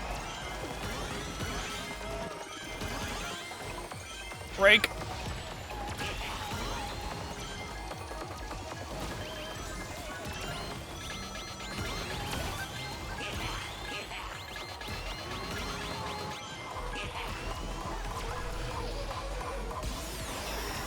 Oh, great. The boost happens during the trick section.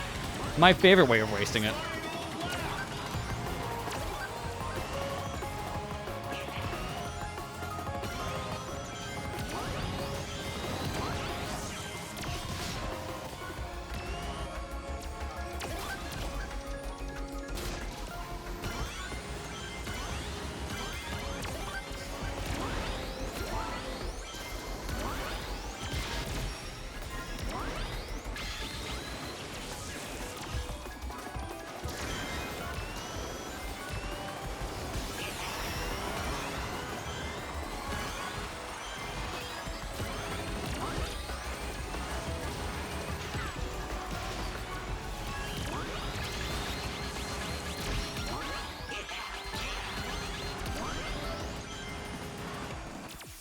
That first and second? Let's go. Or actually, I don't know, because I didn't see those people on my left. I came in last. Yeah, we got first and second. Let's go. Good job, Ethan. We also I'm got- a little worried about Bomb, though. Because, yeah, it's going to come down to taps. It's that close.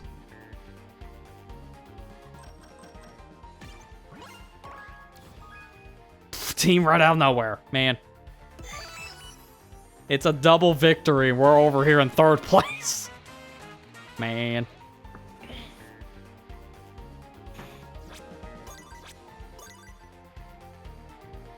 So, has anyone Sorry, played I a new should've Mario been- Party that came out?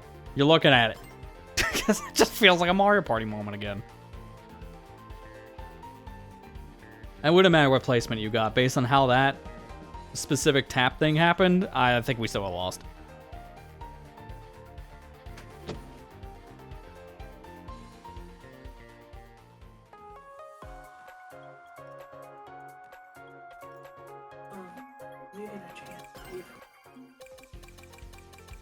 Let me try the other skin we got. From one blue Sonic to another blue Sonic.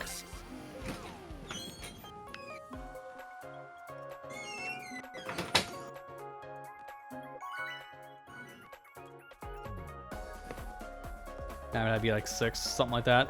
Yeah, he'd have to be at least, I would say, top placements at that point. Anything past 6th place. Anything below it, and yeah, it wouldn't have mattered.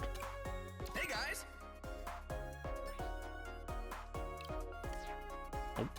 Wanna hit this. Hey guys. Hello. You know, outside of Shadow, I just noticed all my AI skins I've been using so far have been all blue. Because Silver and Blaze are both blue, Sonic is blue. Yes. There's like 3 different AI racers that are the same color almost. Yes. I do kind of miss when they had the color scheme for the AI racers for Silver and Blaze being silver. Because the Silver was really cool. I don't know why it was changed. I think they just considered it hard to see. Can you tell I have rust still? Oh, that's fair. I mean, you mainly been playing Mario Kart, so the other kart racer of this year. I still haven't played Kirby yet. I want to play Kirby. I'm kind of in the same boat. I've only played a few matches of that. I've just been mainly preoccupied when it came out. I haven't gone back since.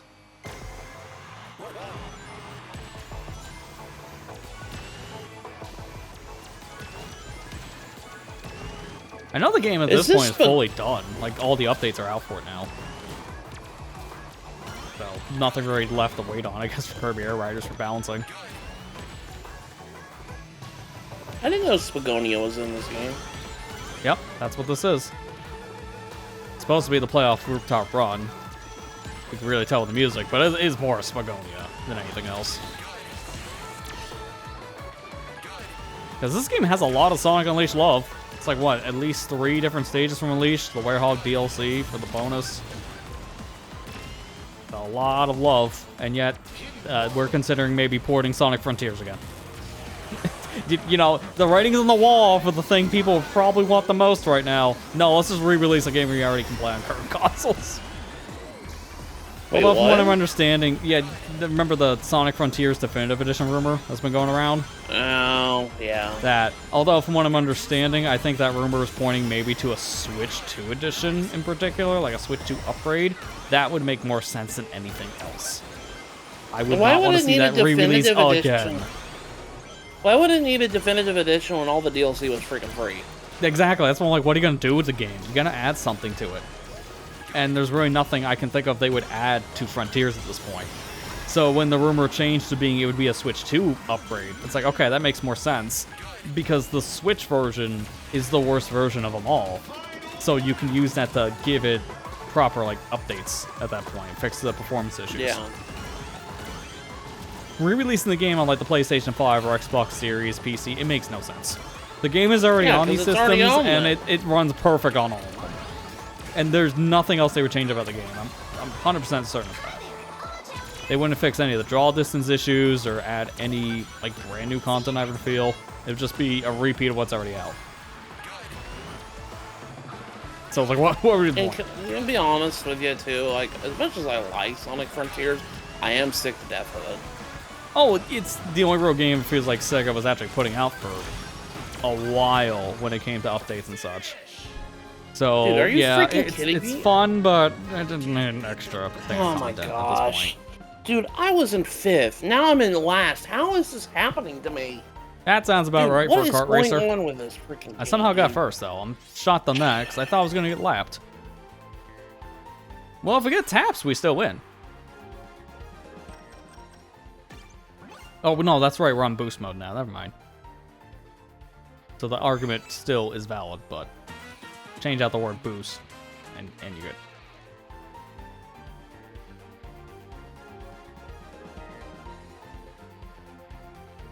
Yeah, that's what the rumors have been pointing to now, and I still don't know how much I can really say the rumors for a definitive Sonic Frontiers version would be, but now it seems like it's just going to be a Switch 2 release, and it makes sense. You know it'd be a paid upgrade, how Sega's been. This was the only game they gave people really some kind of upgrade path on Switch 2, because every other Sega release was just a mess. I think going forward, they're going to just make proper upgrade paths.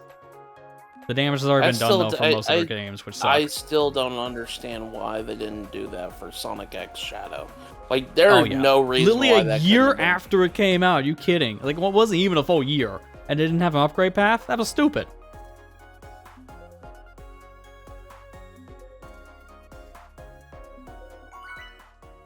Same with Puyo Puyo Tetris 2. Yeah. Yeah. Like, from what I hear, like, that specifically doomed Tetris 2, because the game had really no major differences in performance, from what I'm understanding, between Switch 1 and 2. It just looked slightly better. Hello. And then it had that mouse mode content, and that was it. So, nobody can justify getting the game separate, and it just bombed. Shocker. If it had an upgrade, I think Puyo Puyo Tetris 2 would have performed better on the Switch 2, but as it stands, I think it was the worst performing game Sega had when the Switch 2 came out. Let's go. That's a smart way of handling it there, Ethan. Yeah, spent $15 on it when it went on discount. That's really a good idea, just if you can find it for a cheap price. Otherwise, Yeah, it's like what, 40 bucks? No.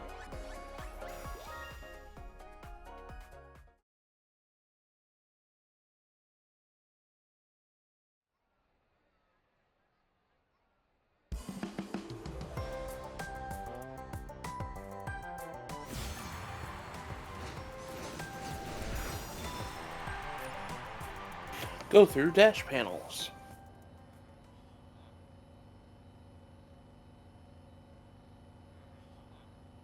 Oh, was it 30? Okay. I mean, I was close, I guess, when I said the guess of 40. I didn't know it was 30. But yeah, no, that's a steep price for the game. I remember I bought Puyo Puyo Tetris when it first came out on the Switch.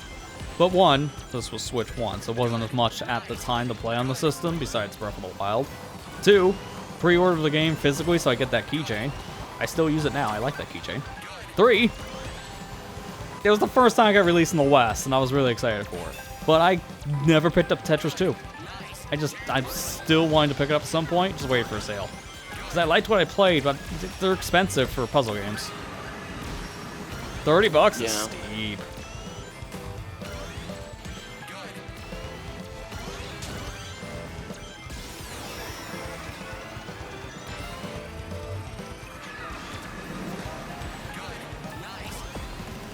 Speaking of like steep prices, I know that we talked about this before about the tarnished edition of Elden Ring coming out, and it's going to be $80. And I know a lot of people are like, wow, why is it so expensive? I'm like, why is it $80? I'm like, it's $80 for the other versions, for that exact particular version. Because it's supposed to have all the DLC, from what I hear. Yeah, the DLC itself is $40 by itself. Yeah. It is a lot, but it's also not a surprise, I feel, at this point. Yeah, I know. It's like, I know a lot of people, like, don't like that explanation. They want everything cheap. I understand it, but, like, literally that's the reason why. Like, if you go and look up Shadow of the Erdtree edition of any console game on Amazon, it's 90 bucks.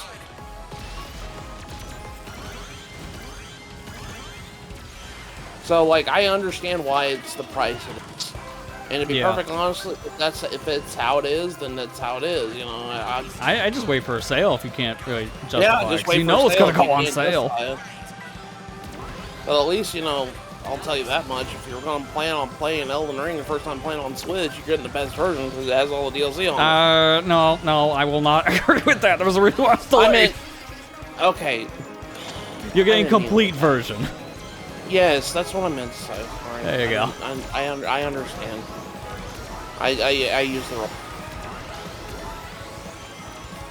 I do hope it's better now, because I know, when it was previewed, the game had really bad performance. And I think it should be better now. I don't think we've seen anything since, so gotta wait for another, I guess, press release trailer or something. Oh crap.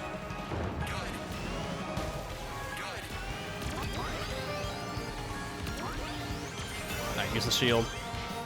Go. Come on, Silver. No, I don't know what am I doing so bad. I think I just barely got nudged out of first. I don't understand why I'm doing so bad in these games, man. No, I still got first. Wait, how? That Silver was clearly in front of me at the finish line. Alright, well, we'll take the latency difference. The same people will probably be happy to drop only $100 for GTA 6. Yeah, that's a whole other argument there that I'm not keen on either, but you got a point. Some people just want to play it when it comes out, no matter what the game is in question, and it's like, yeah, you know, if you have the funds for it, then be part of the zeitgeist. I get it. Not everyone cares about that. I'm so glad I just don't care about GTA at this point in my life. I just don't care. I mean, I'm probably going to end up playing the game after it's out for a while, because I'm in the same boat. I'm like, it's alright. Yeah. But I remember actually playing GTA 5 when it came out, because I got it for, what was it, like 40 bucks? Maybe 30? I can't remember the year it came out, because it was on a Black Friday sale. I was shocked it was on sale, literally like, what, weeks after it came out? So that's the only reason why I played it at launch. Otherwise, I would have waited.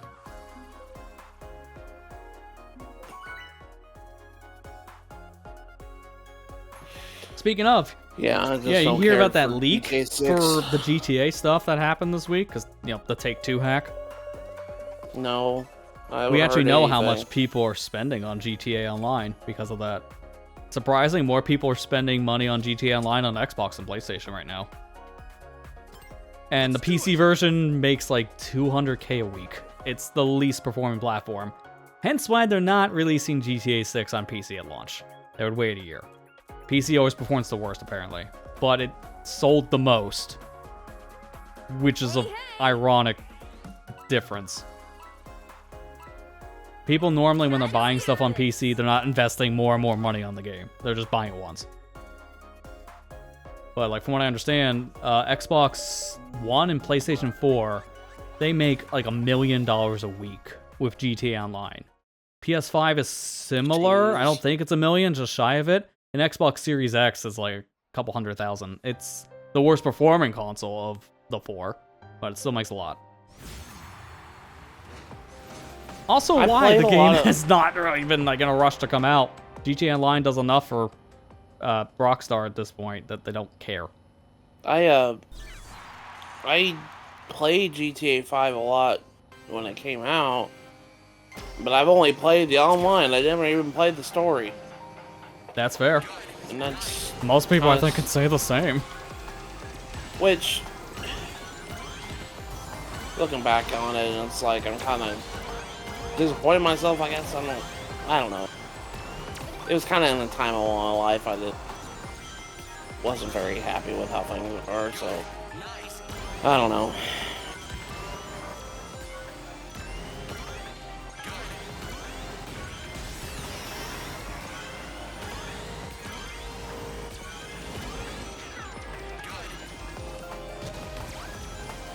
Oh, no, no, no, no. Oh, okay, almost fell off. How can I get another boost whisk? Because I didn't want to use that so early. Oh, that's much better. Oh, my king.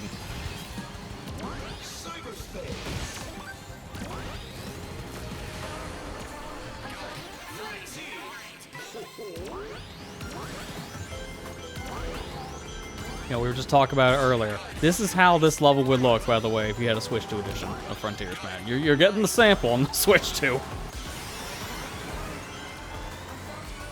Which one? This level, because it's from Frontiers. Cyberspace. Oh. It's like, it was relevant for the conversation. What, is it 15 minutes ago? A little late, but it's close enough. What's wrong with this stage? Like, I don't. No, I don't nothing. get It's the just joke. this is how it would look if it was Switch 2 edition for Frontiers, because your version, Switch 1, that's the one you played. Oh, okay. Now I get. Yeah. You can actually make out the lines on the road. Yeah. I know it's a joke. You could probably do that on the Switch version. I just know the textures were really low res on Switch. That's why Well- they're blurry. I'm just surprised it ran on Switch. I played the whole game on Switch, including the DLC, and like, yeah, it wasn't nice to look at, but it still functioned just fine. I mean, gameplay-wise, it seemed that it was running fine, yeah. It was like a lock 30. And honestly, I don't care. Like, as long as the game is playing. I mean, I can't do that, but that's only because of my vision. It would actually give me a headache. So it's like, I can play a lower resolution, but if it's too low, yeah, it kind of messes with me. And I sampled the Switch version for a bit with that texture pack someone ported over to the PC version. Yeah, I can't do that. It was actually kind of hurting my eyes. Kept on thinking, this should be sharper.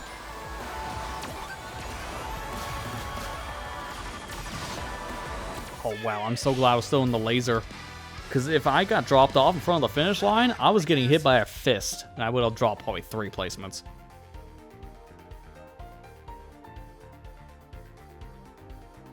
Oh boy. I came in last again. You freaking kidding me? Yeah, I think Team Chuck got it because first, second, and third. That's a GG's. These people online tonight have very interesting names, but they are typing a lot into their name. It's too much for the character limit. Would you like turning on your Steam profile and seeing some person's name, which is Lesbian Gob? I don't know what the rest could be because it's cut off.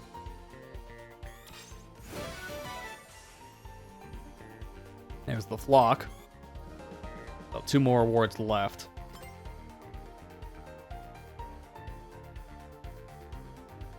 Only time your poor performance was made hard for you to play was Scarlet and Violet. That makes sense, Kira, of how bad the frame rate was in a lot of areas. I hear that gave a lot of people motion sickness. You can use the other games trying to go back to it. It didn't bother me at first. I was in a slump, didn't play many games before that came out. See, that makes a lot of sense. And if you're going to play it now, you won't really have those issues if it was just the frame rate, because now you can just play at lock 60 on Switch 2.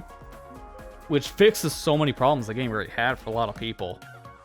But I can understand being hard to play back then, because the frame rate, it was a lot. I had that problem myself, not really with like a bad frame rate, but specifically with motion blur. That's why I always turn it off in games. When I was playing the Spyro Reignited trilogy on the PS4 when it came out, I had to push to finish Spyro 1, because the motion blur was so bad. It was giving me actual migraines. And I was able to beat it just fine, but it made me sick, so I had to take a lot of breaks. Then as soon as I finished the game, I had to shelve it because of that. I couldn't go back and play the other games. Thankfully, now it's not a big deal, because they updated it after the fact and added a toggle for the motion blur, so now it's perfectly fine. So I can understand it. Some games just aren't gonna work for people because of visuals. Yeah, that's where also having options are great. Switch 2 does fix a lot of games. I agree with that. Yeah. Oh my gosh, I didn't realize how much my life would change since I got this console. Like, yeah, the games play a lot better. Yeah. Okay, that's the other day, like, or earlier before I started stream, I showed Amber how fast it saves in Fire Red. It's like instantaneous. I was like, I'm not used to seeing it like that. Yeah, I mean, it was flash memory with the original game, but it's not the same speed as we have nowadays, so it really does show a difference.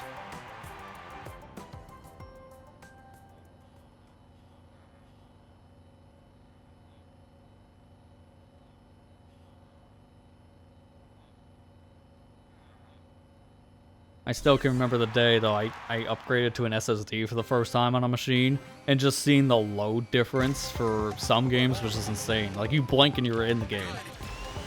I think that is probably the most I've ever seen a like big jump that made you feel like you were back in the early days of games, like with, you know, Super Nintendo and N64, stuff like that. Like when you come off of your SonicGhost 6s, for example, that loads every little detail, and it's 30 seconds plus. You appreciate the games that load instantly.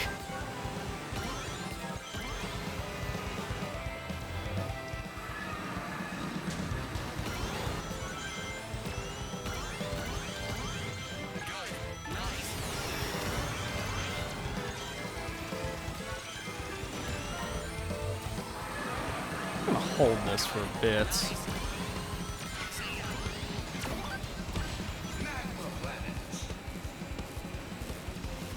Anytime Pearl and Platinum. Yeah, we already have. It's called BDSP. You don't bring that into my house. You don't tell me we have the inferior sandwich.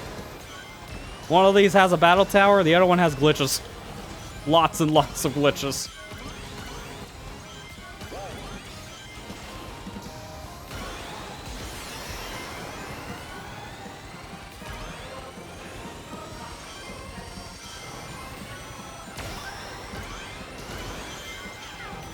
But yeah, I agree on that argument. Having Diamond and Pearl and Platinum on Switch 2 would just be funny to see the difference alone on saving.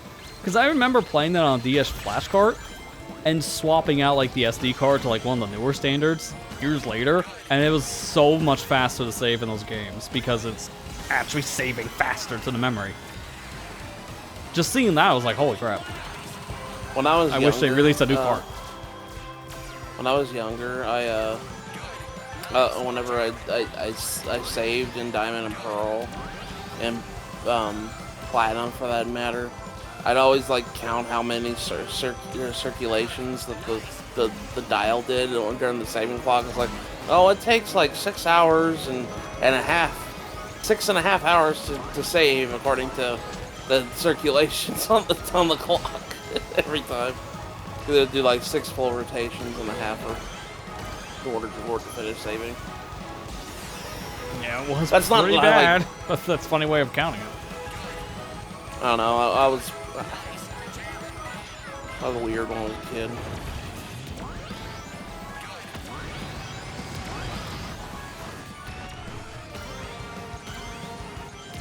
I really feel like that shortcut didn't do anything for me. I think I still got like 9th. Gotta focus next time.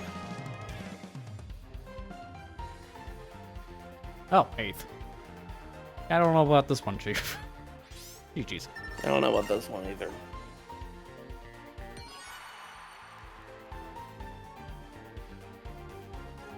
Now it's just a prettier version of Diamond and Pearl. Lily Be Squid. I don't know if I would call it a prettier version, but it depends on what art style you like more. I prefer the art style the DS games had. I don't really like how BDSP looks personally. But like I said, it depends on your preference on the art style. But yeah, most of the glitches have been patched. It's just been the meme that that game was just held together with some of the most duct tape they've found lying on the ground because of how bad it was at launch. And we thought a Pokemon game couldn't get any glitchier, right? And then Scarlet Violet.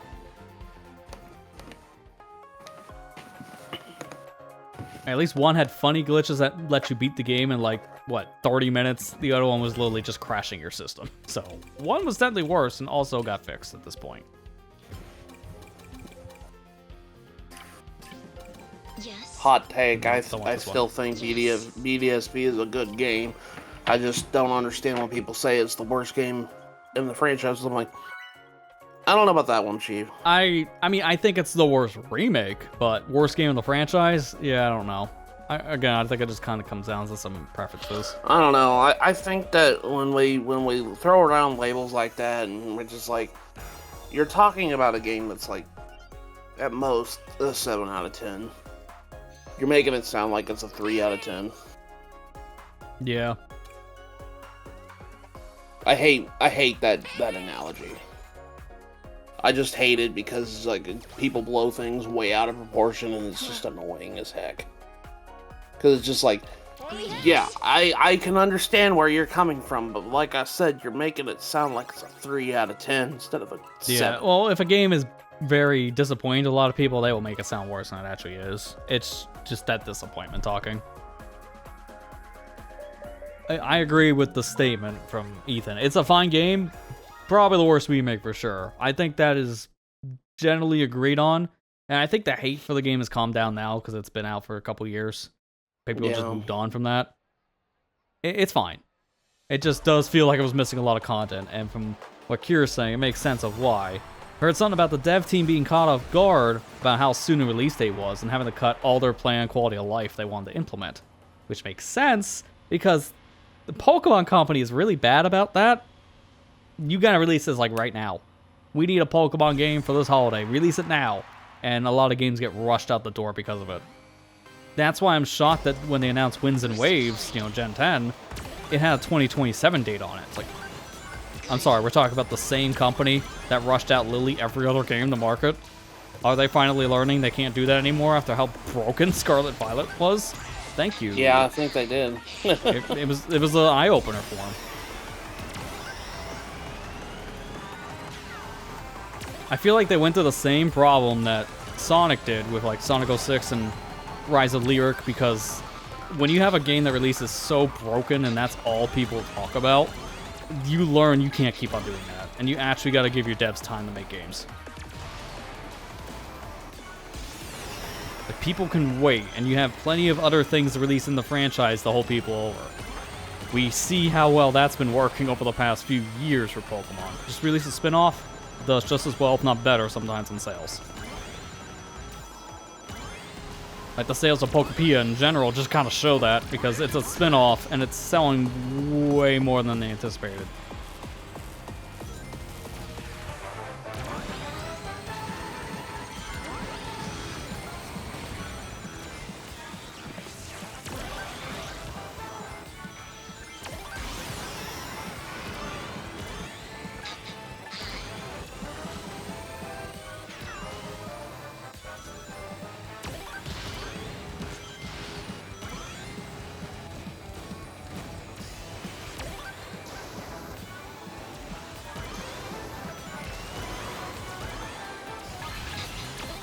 Nope. Just over 1 second. I look back and there's a monster truck on my heels. I like the idea of also what Ethan was saying here in chat. Connecting at least the BDSP stuff with Legends Arceus was cool. They really only did that, though, for, like, the events in particular. I know the story was supposed to be connected, but you never really felt it. It was really, like, the Arceus event that connected Legends Arceus to the game, which I heard Not people really. really say was cool. Not really. No, Okay. There's one quest in Legends Arceus you kind of have to have BDSP in order to do. Yeah. There's And I heard people said that was cool for the link. Yeah, you have to go to the Canalave library in BDSP and read a book, and it tells you what is needed in order to do the quest in Arceus.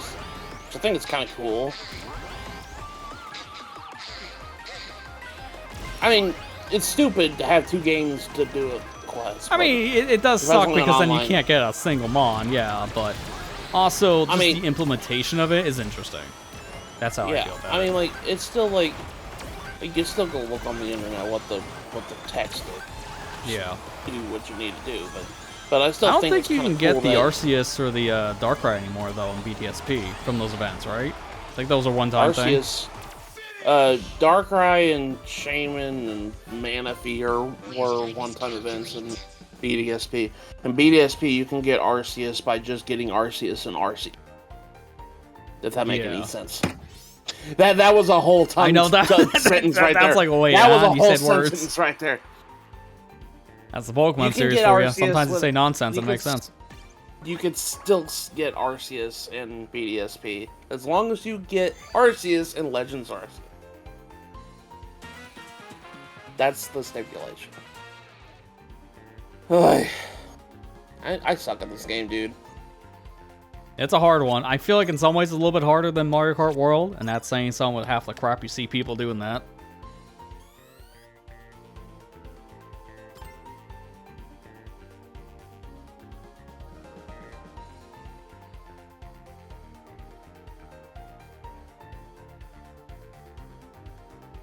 Yeah, so everyone in Darkrai. chat's kind of confirming those events being one time, except for Arceus itself. Which I kind of figured that.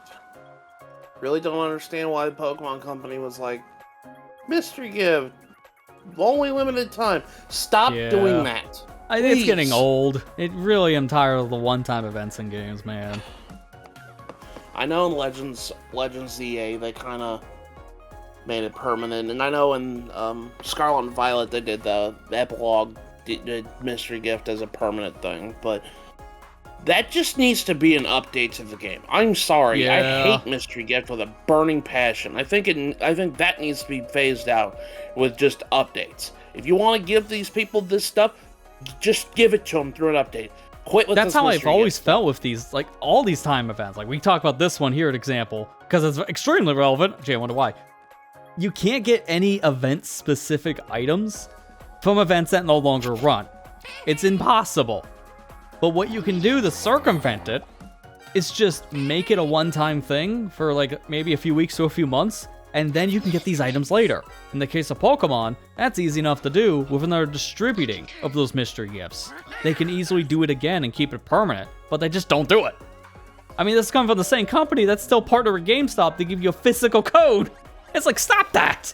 We want to go and download it on the internet. You heard of the internet, right? The thing you download things onto? Because guess what? That code needs to still be downloaded from the internet. So moral of the story, Mystery Gift hasn't always been bad. And I am glad to see it's starting to get phased out in like temporary ways, but it's still a mess. But still, I don't like the idea of you can only get this limited amount of time. If you're gonna give it to us, just give it to us an update and just be done with it. Don't do this mystery gift crap. I'm sorry, like that's the thing that irritates me most. Is like when you see like event Pokemon like Darkrai and Shaman and BDSP only be like a 3-month window that you can do this. I'm just like, these are legit stupid parts of the game that you're locking off. Like, legit, like, these are, like, new areas you can explore in the game. You did this before. that is closed off unless you have this freaking stupid mystery gift thing. Yep. Just make it an update and just here's let the us problem with experience it. because the data's still in the game code, and that's how people knew the Shaman event was even a thing in BDSP, because people glitched their way through the wall and got Shaman early. It's in the code, you can get there, but you don't have the item to get to the area. It's so dumb. Which, in a sense, I'm kind of glad that they're learning their lesson with these re-releases of Fire Red and Leaf Green, making it so you can just get the items that you get from Mystery Gift in the game, so you don't miss it. That's what I'm talking about. Just do that. Don't do this crap of Mystery Gift anymore. Like, oh, it doesn't make any sense. No, it really doesn't. If it's part of the game, I understand it. If it's just like event raid Charizard, you can get it that has a certain mark. I understand that. That's fine. That's fine. But I'm talking about like legit mythicals that are part of the game that literally have like sections of the game blocked off to you unless you have this stupid mystery gift crap. Like, that's what I'm talking about. That's what I want done. I'm tired of doing that because that's legit like that's as bad as on disc DLC to me. You remember how on disc that is essentially on disc DLC to me. That's stupid. That is dumb and stupid. Sorry.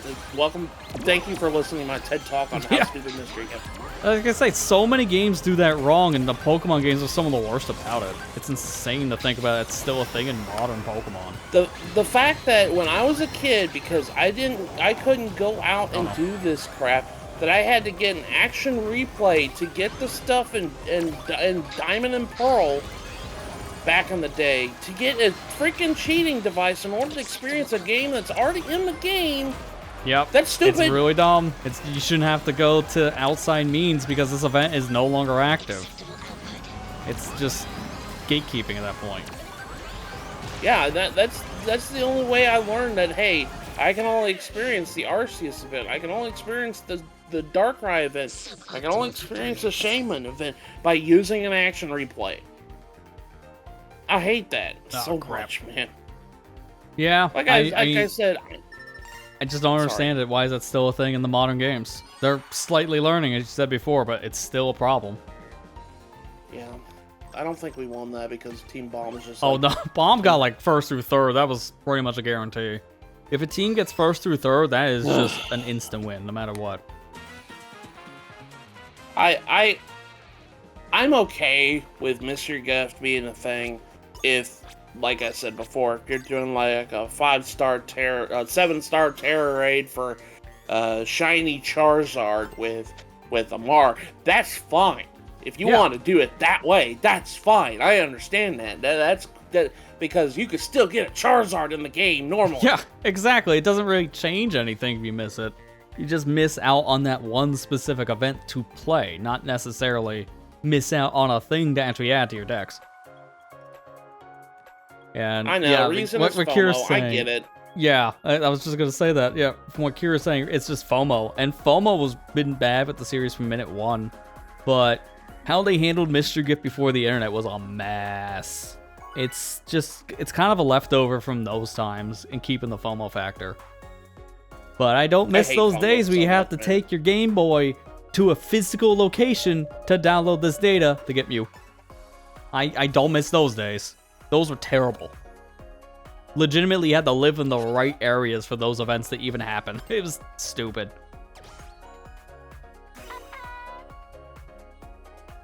Let's go.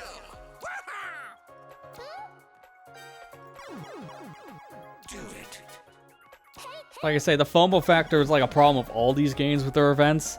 One of the only games I can really say that does it well, I can still complain about. And it's Tetris 99's events. Because all you're doing is playing for essentially a skin. That's all it is. It doesn't change the game. And what they do is after a couple months, they will update the game to add in those event-based skins. Not all the time, though. That's why I have to still complain about it, because there's so many that are still missing from the game. It's insane. So even though they address the problem, they don't address it enough. It's like, this is what I don't like about FOMO, for unlocking exclusive things. because it almost feels like a one and done for every game. I know. I get why it exists, but I hate it. I hate it so much.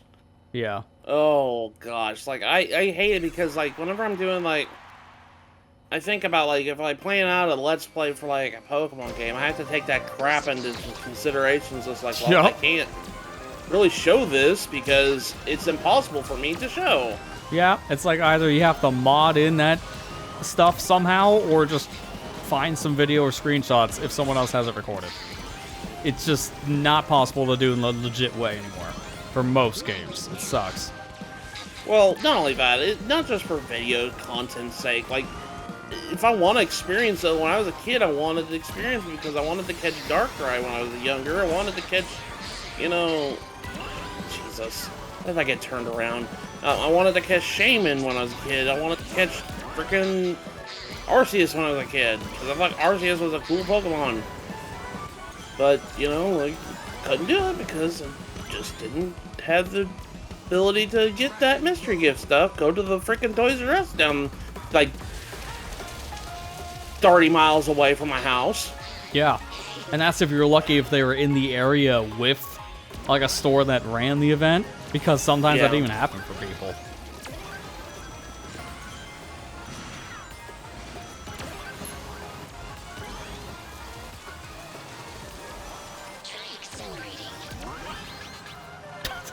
Really?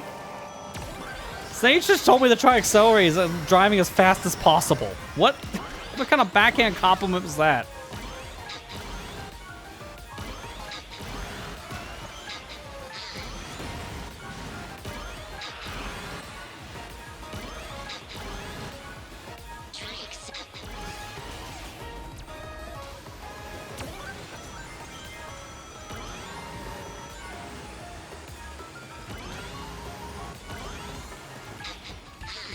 Sorry, I didn't mean to go on a big old rant about that, but it just, like, that was one thing I want to talk about for a long time, but it never brought up, and I was like, man, this is my perfect opportunity to talk about how much I hate Mystery That's Gift. fair.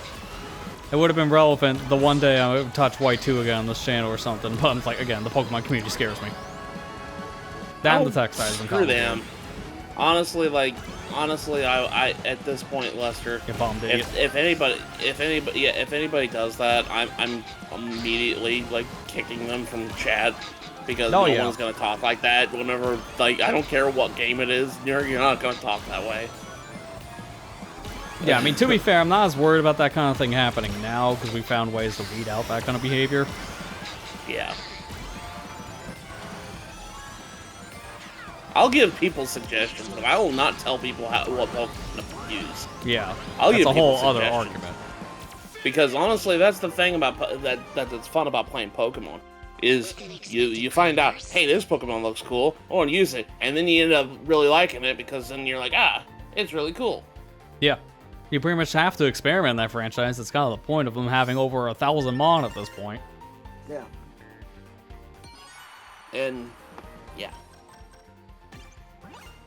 That's why I can, like I said, I'll give people suggestions, but that's about it. Yeah. Should totally use Arduino for my playthrough. I mean, I should probably kill a bunch of them. I agree with that. I don't know. Like Lucachin used it, and she had success with it. Yeah. Now, you never know. Sometimes the Mon you might think, that's a total meme, could turn out to be one of your favorites. You never know. And then the problem is, because it has all the Mon from the older games again, he just builds the same team he's used like 6 games in a row. Why does he have a Gyarados again? Because I like Gyarados. I usually make a point if I'm playing a game like that for the first time. Try to use the new Mon. Don't just fall back to old classics. Because I like seeing some of the newer things I can use.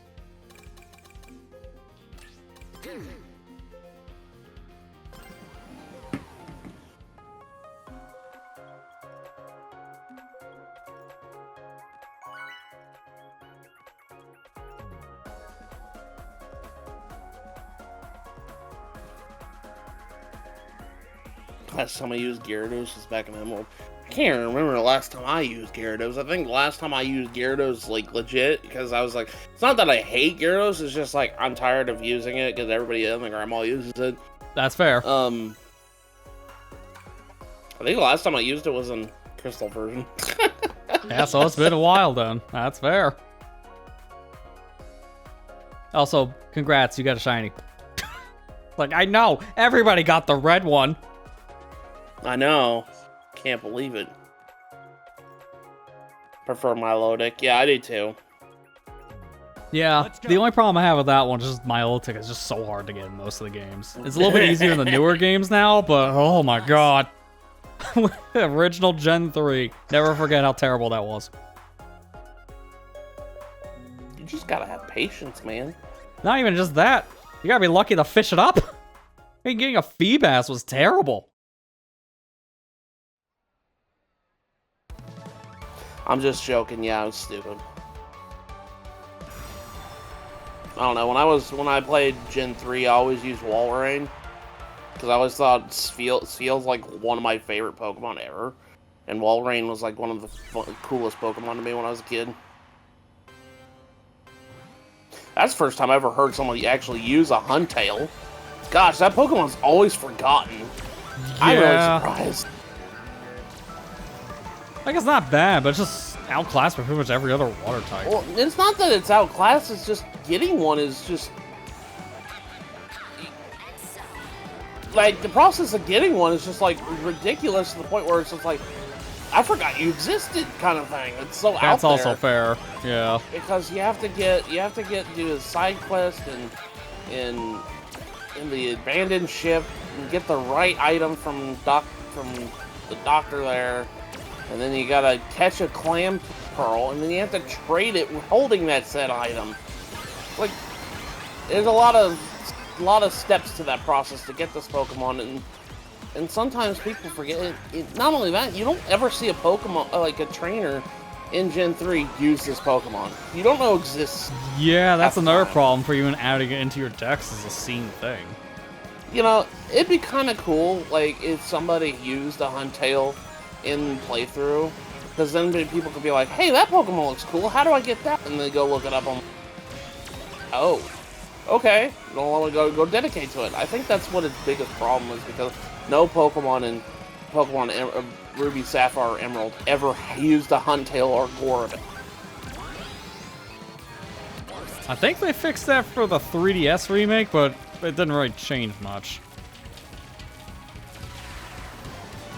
I've only ever played Omega Ruby and Alpha Sapphire 1.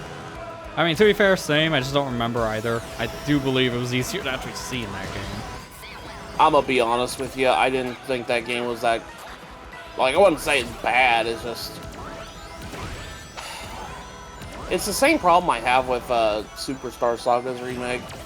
I don't know, I just prefer the original. I just prefer the original. I mean, to be fair, the original did have more going for it. Like, Oris has the same problem as BDSP, where it's missing some of the extra content added in the third version. So, it doesn't feel as complete because of that. Like, I know the Delta episode's pretty cool and everything. Like, I don't know, man. I don't like the fact that you just handed the Lottie instead of going through the process to go and get a Latios in that game. I don't know. I get why they did it, but yeah, that was a little too easy just to get a free legendary.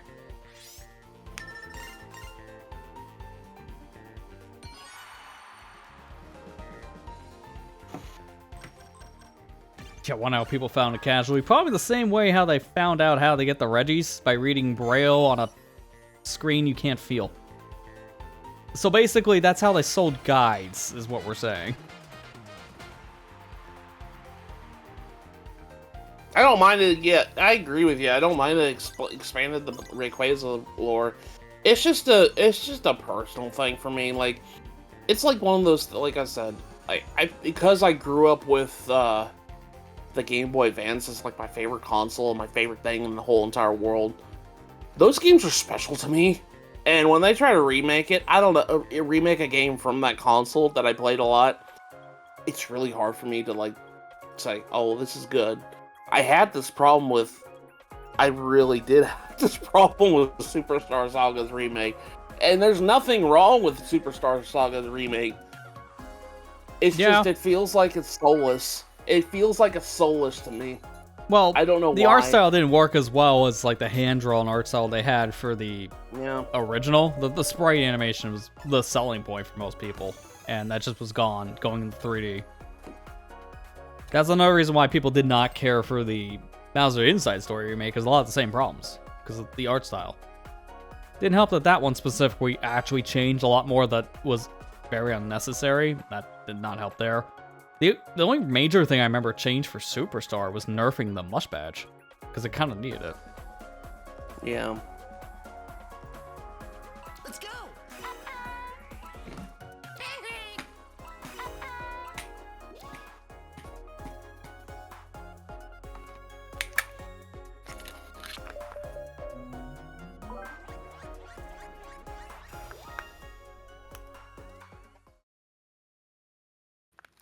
Yeah, we get to play one of the best DLC stages in the game. I don't know how well this is for like racing standpoints. I don't know how people feel about that, but this is just a fun one. Everyone gets a pea shooter, including the bird. Oh, okay, so they do have more than just ×2 in this. Good. I wonder if we're gonna see more than just a ×2.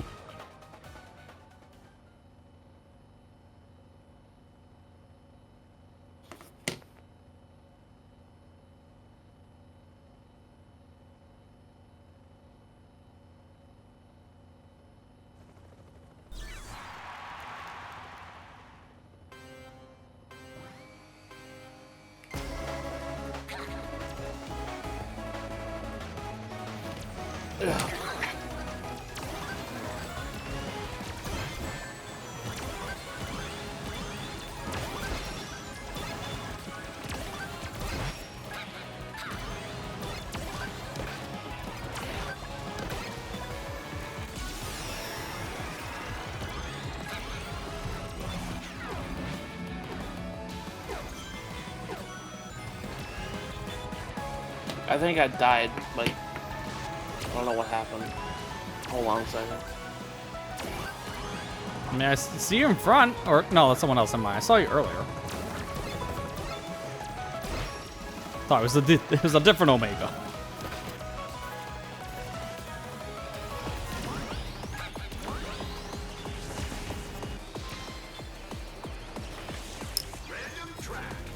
I got kicked from the lobby because I don't know what happened.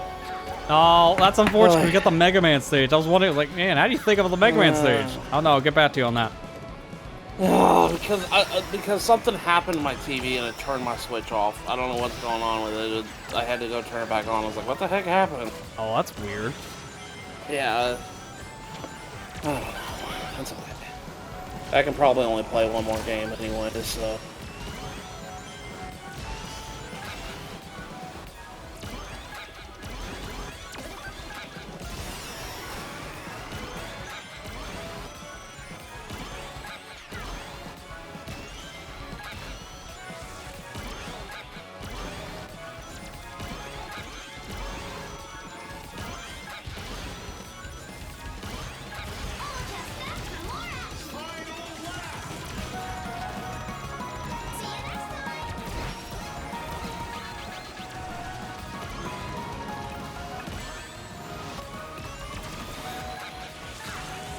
I think Oras is a better game, like in the game department.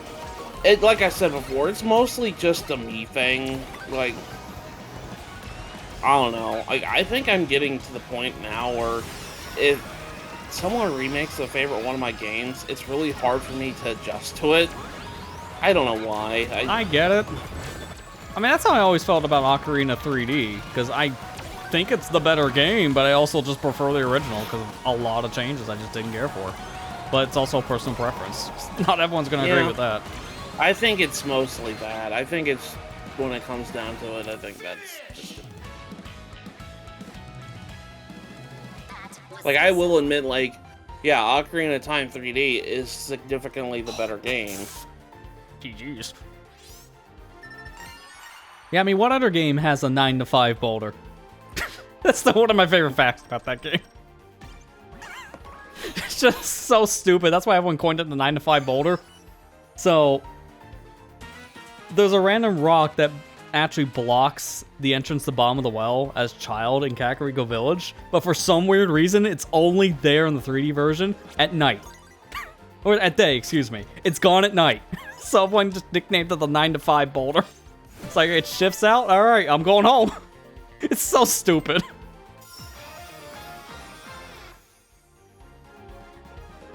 Okay. Last fair points have been reduced. You can cover fair points by playing normally, Oh no. but online is okay. It I'm really sorry, doesn't like, matter. Until you my go Switch down, I think, to literally like just 80 died. points, it won't change much. Here, I'll send you the invite to get you back in now. I Invite can only play like one more game anyway, so That's fine. I'm kind of the same boat because I have to get up pretty early tomorrow, so I can't really be on for too much longer. I got all my Yeah, points I I didn't- need, so I'm thankfully set. I got, you know, I've actually got to try to. That was the pain in the butt trying to do that this morning. I don't know what's been going on this week, but I've just been super duper fatigued on everything, and I don't know. Like I tried to go to work this morning. I got like halfway to work, was swerving really bad, and I just said, no, I'm gonna go home. Yeah, not I'm worth not gonna try chancing to it. contend. I'm not trying this, and that's kind of usually my indications. Like I need to just, you know, just go home and rest. And I called in, and I just got approved for FMLA too. So like because of all the problems, so I just used that, and I'm not getting penalized for it. So it's all right. I don't know what's been going on with. It's been. I don't know if it's stress. I don't know if it's or anything else, but it's just like I've just been super duper just Hello. fatigued, Hello. and it feels like my sleep is not helping me, even though I'm doing everything in my power to do well for my sleep. But I don't know, man. I don't know how I can fix this besides Great. taking medication, which I'm already doing. So, Yeah. It's just something, yeah, you have to just kind of do what you can. I get it. mhm.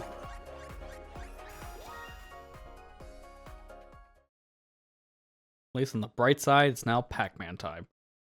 So you at least get to play one of the DLCs. I wish it I was already the Mega played Man this one, but hey, stage. yeah, at I least already played you this. get to experience it again.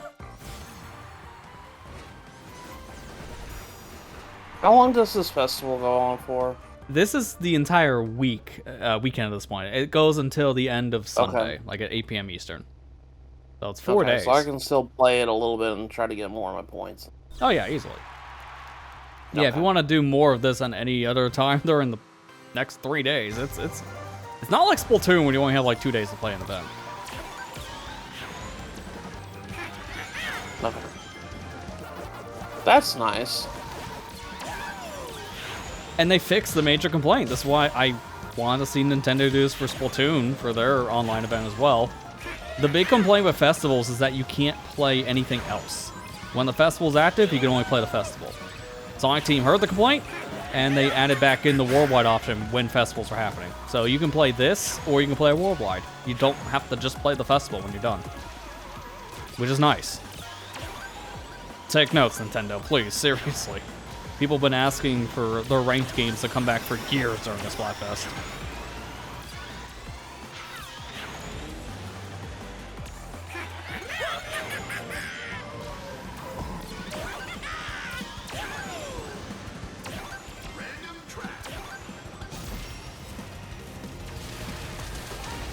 Oh, nice. Back to Sonic Unleashed. Almost the drift one, too. Nice. This is a good frenzy.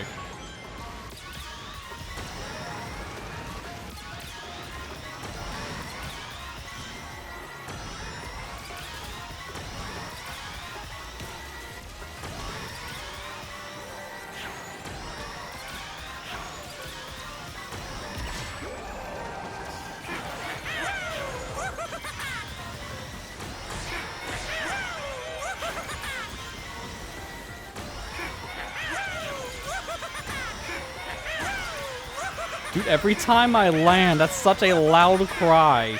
Because the bird just goes wow, wow, ha, ha, at the loudest possible volume. God, this is the only thing I can hear.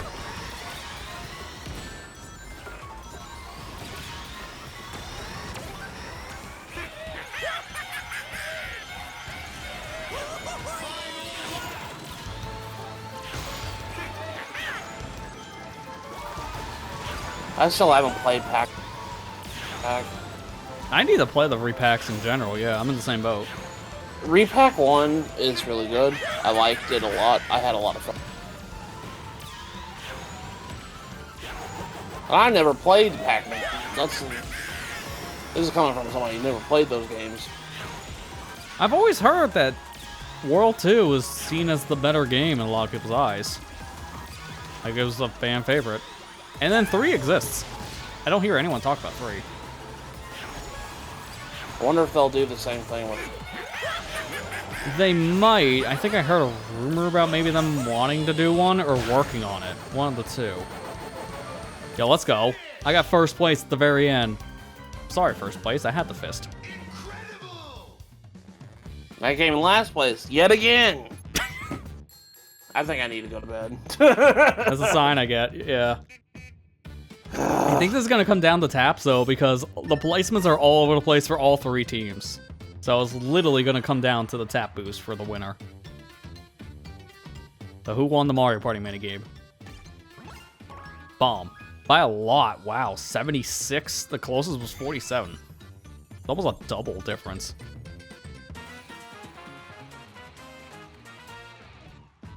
I can't even see Shadow in that car. That is massive.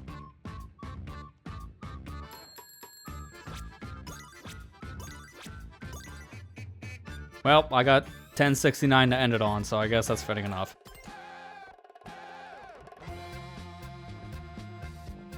Nice. I was waiting for it. That's why I just paused.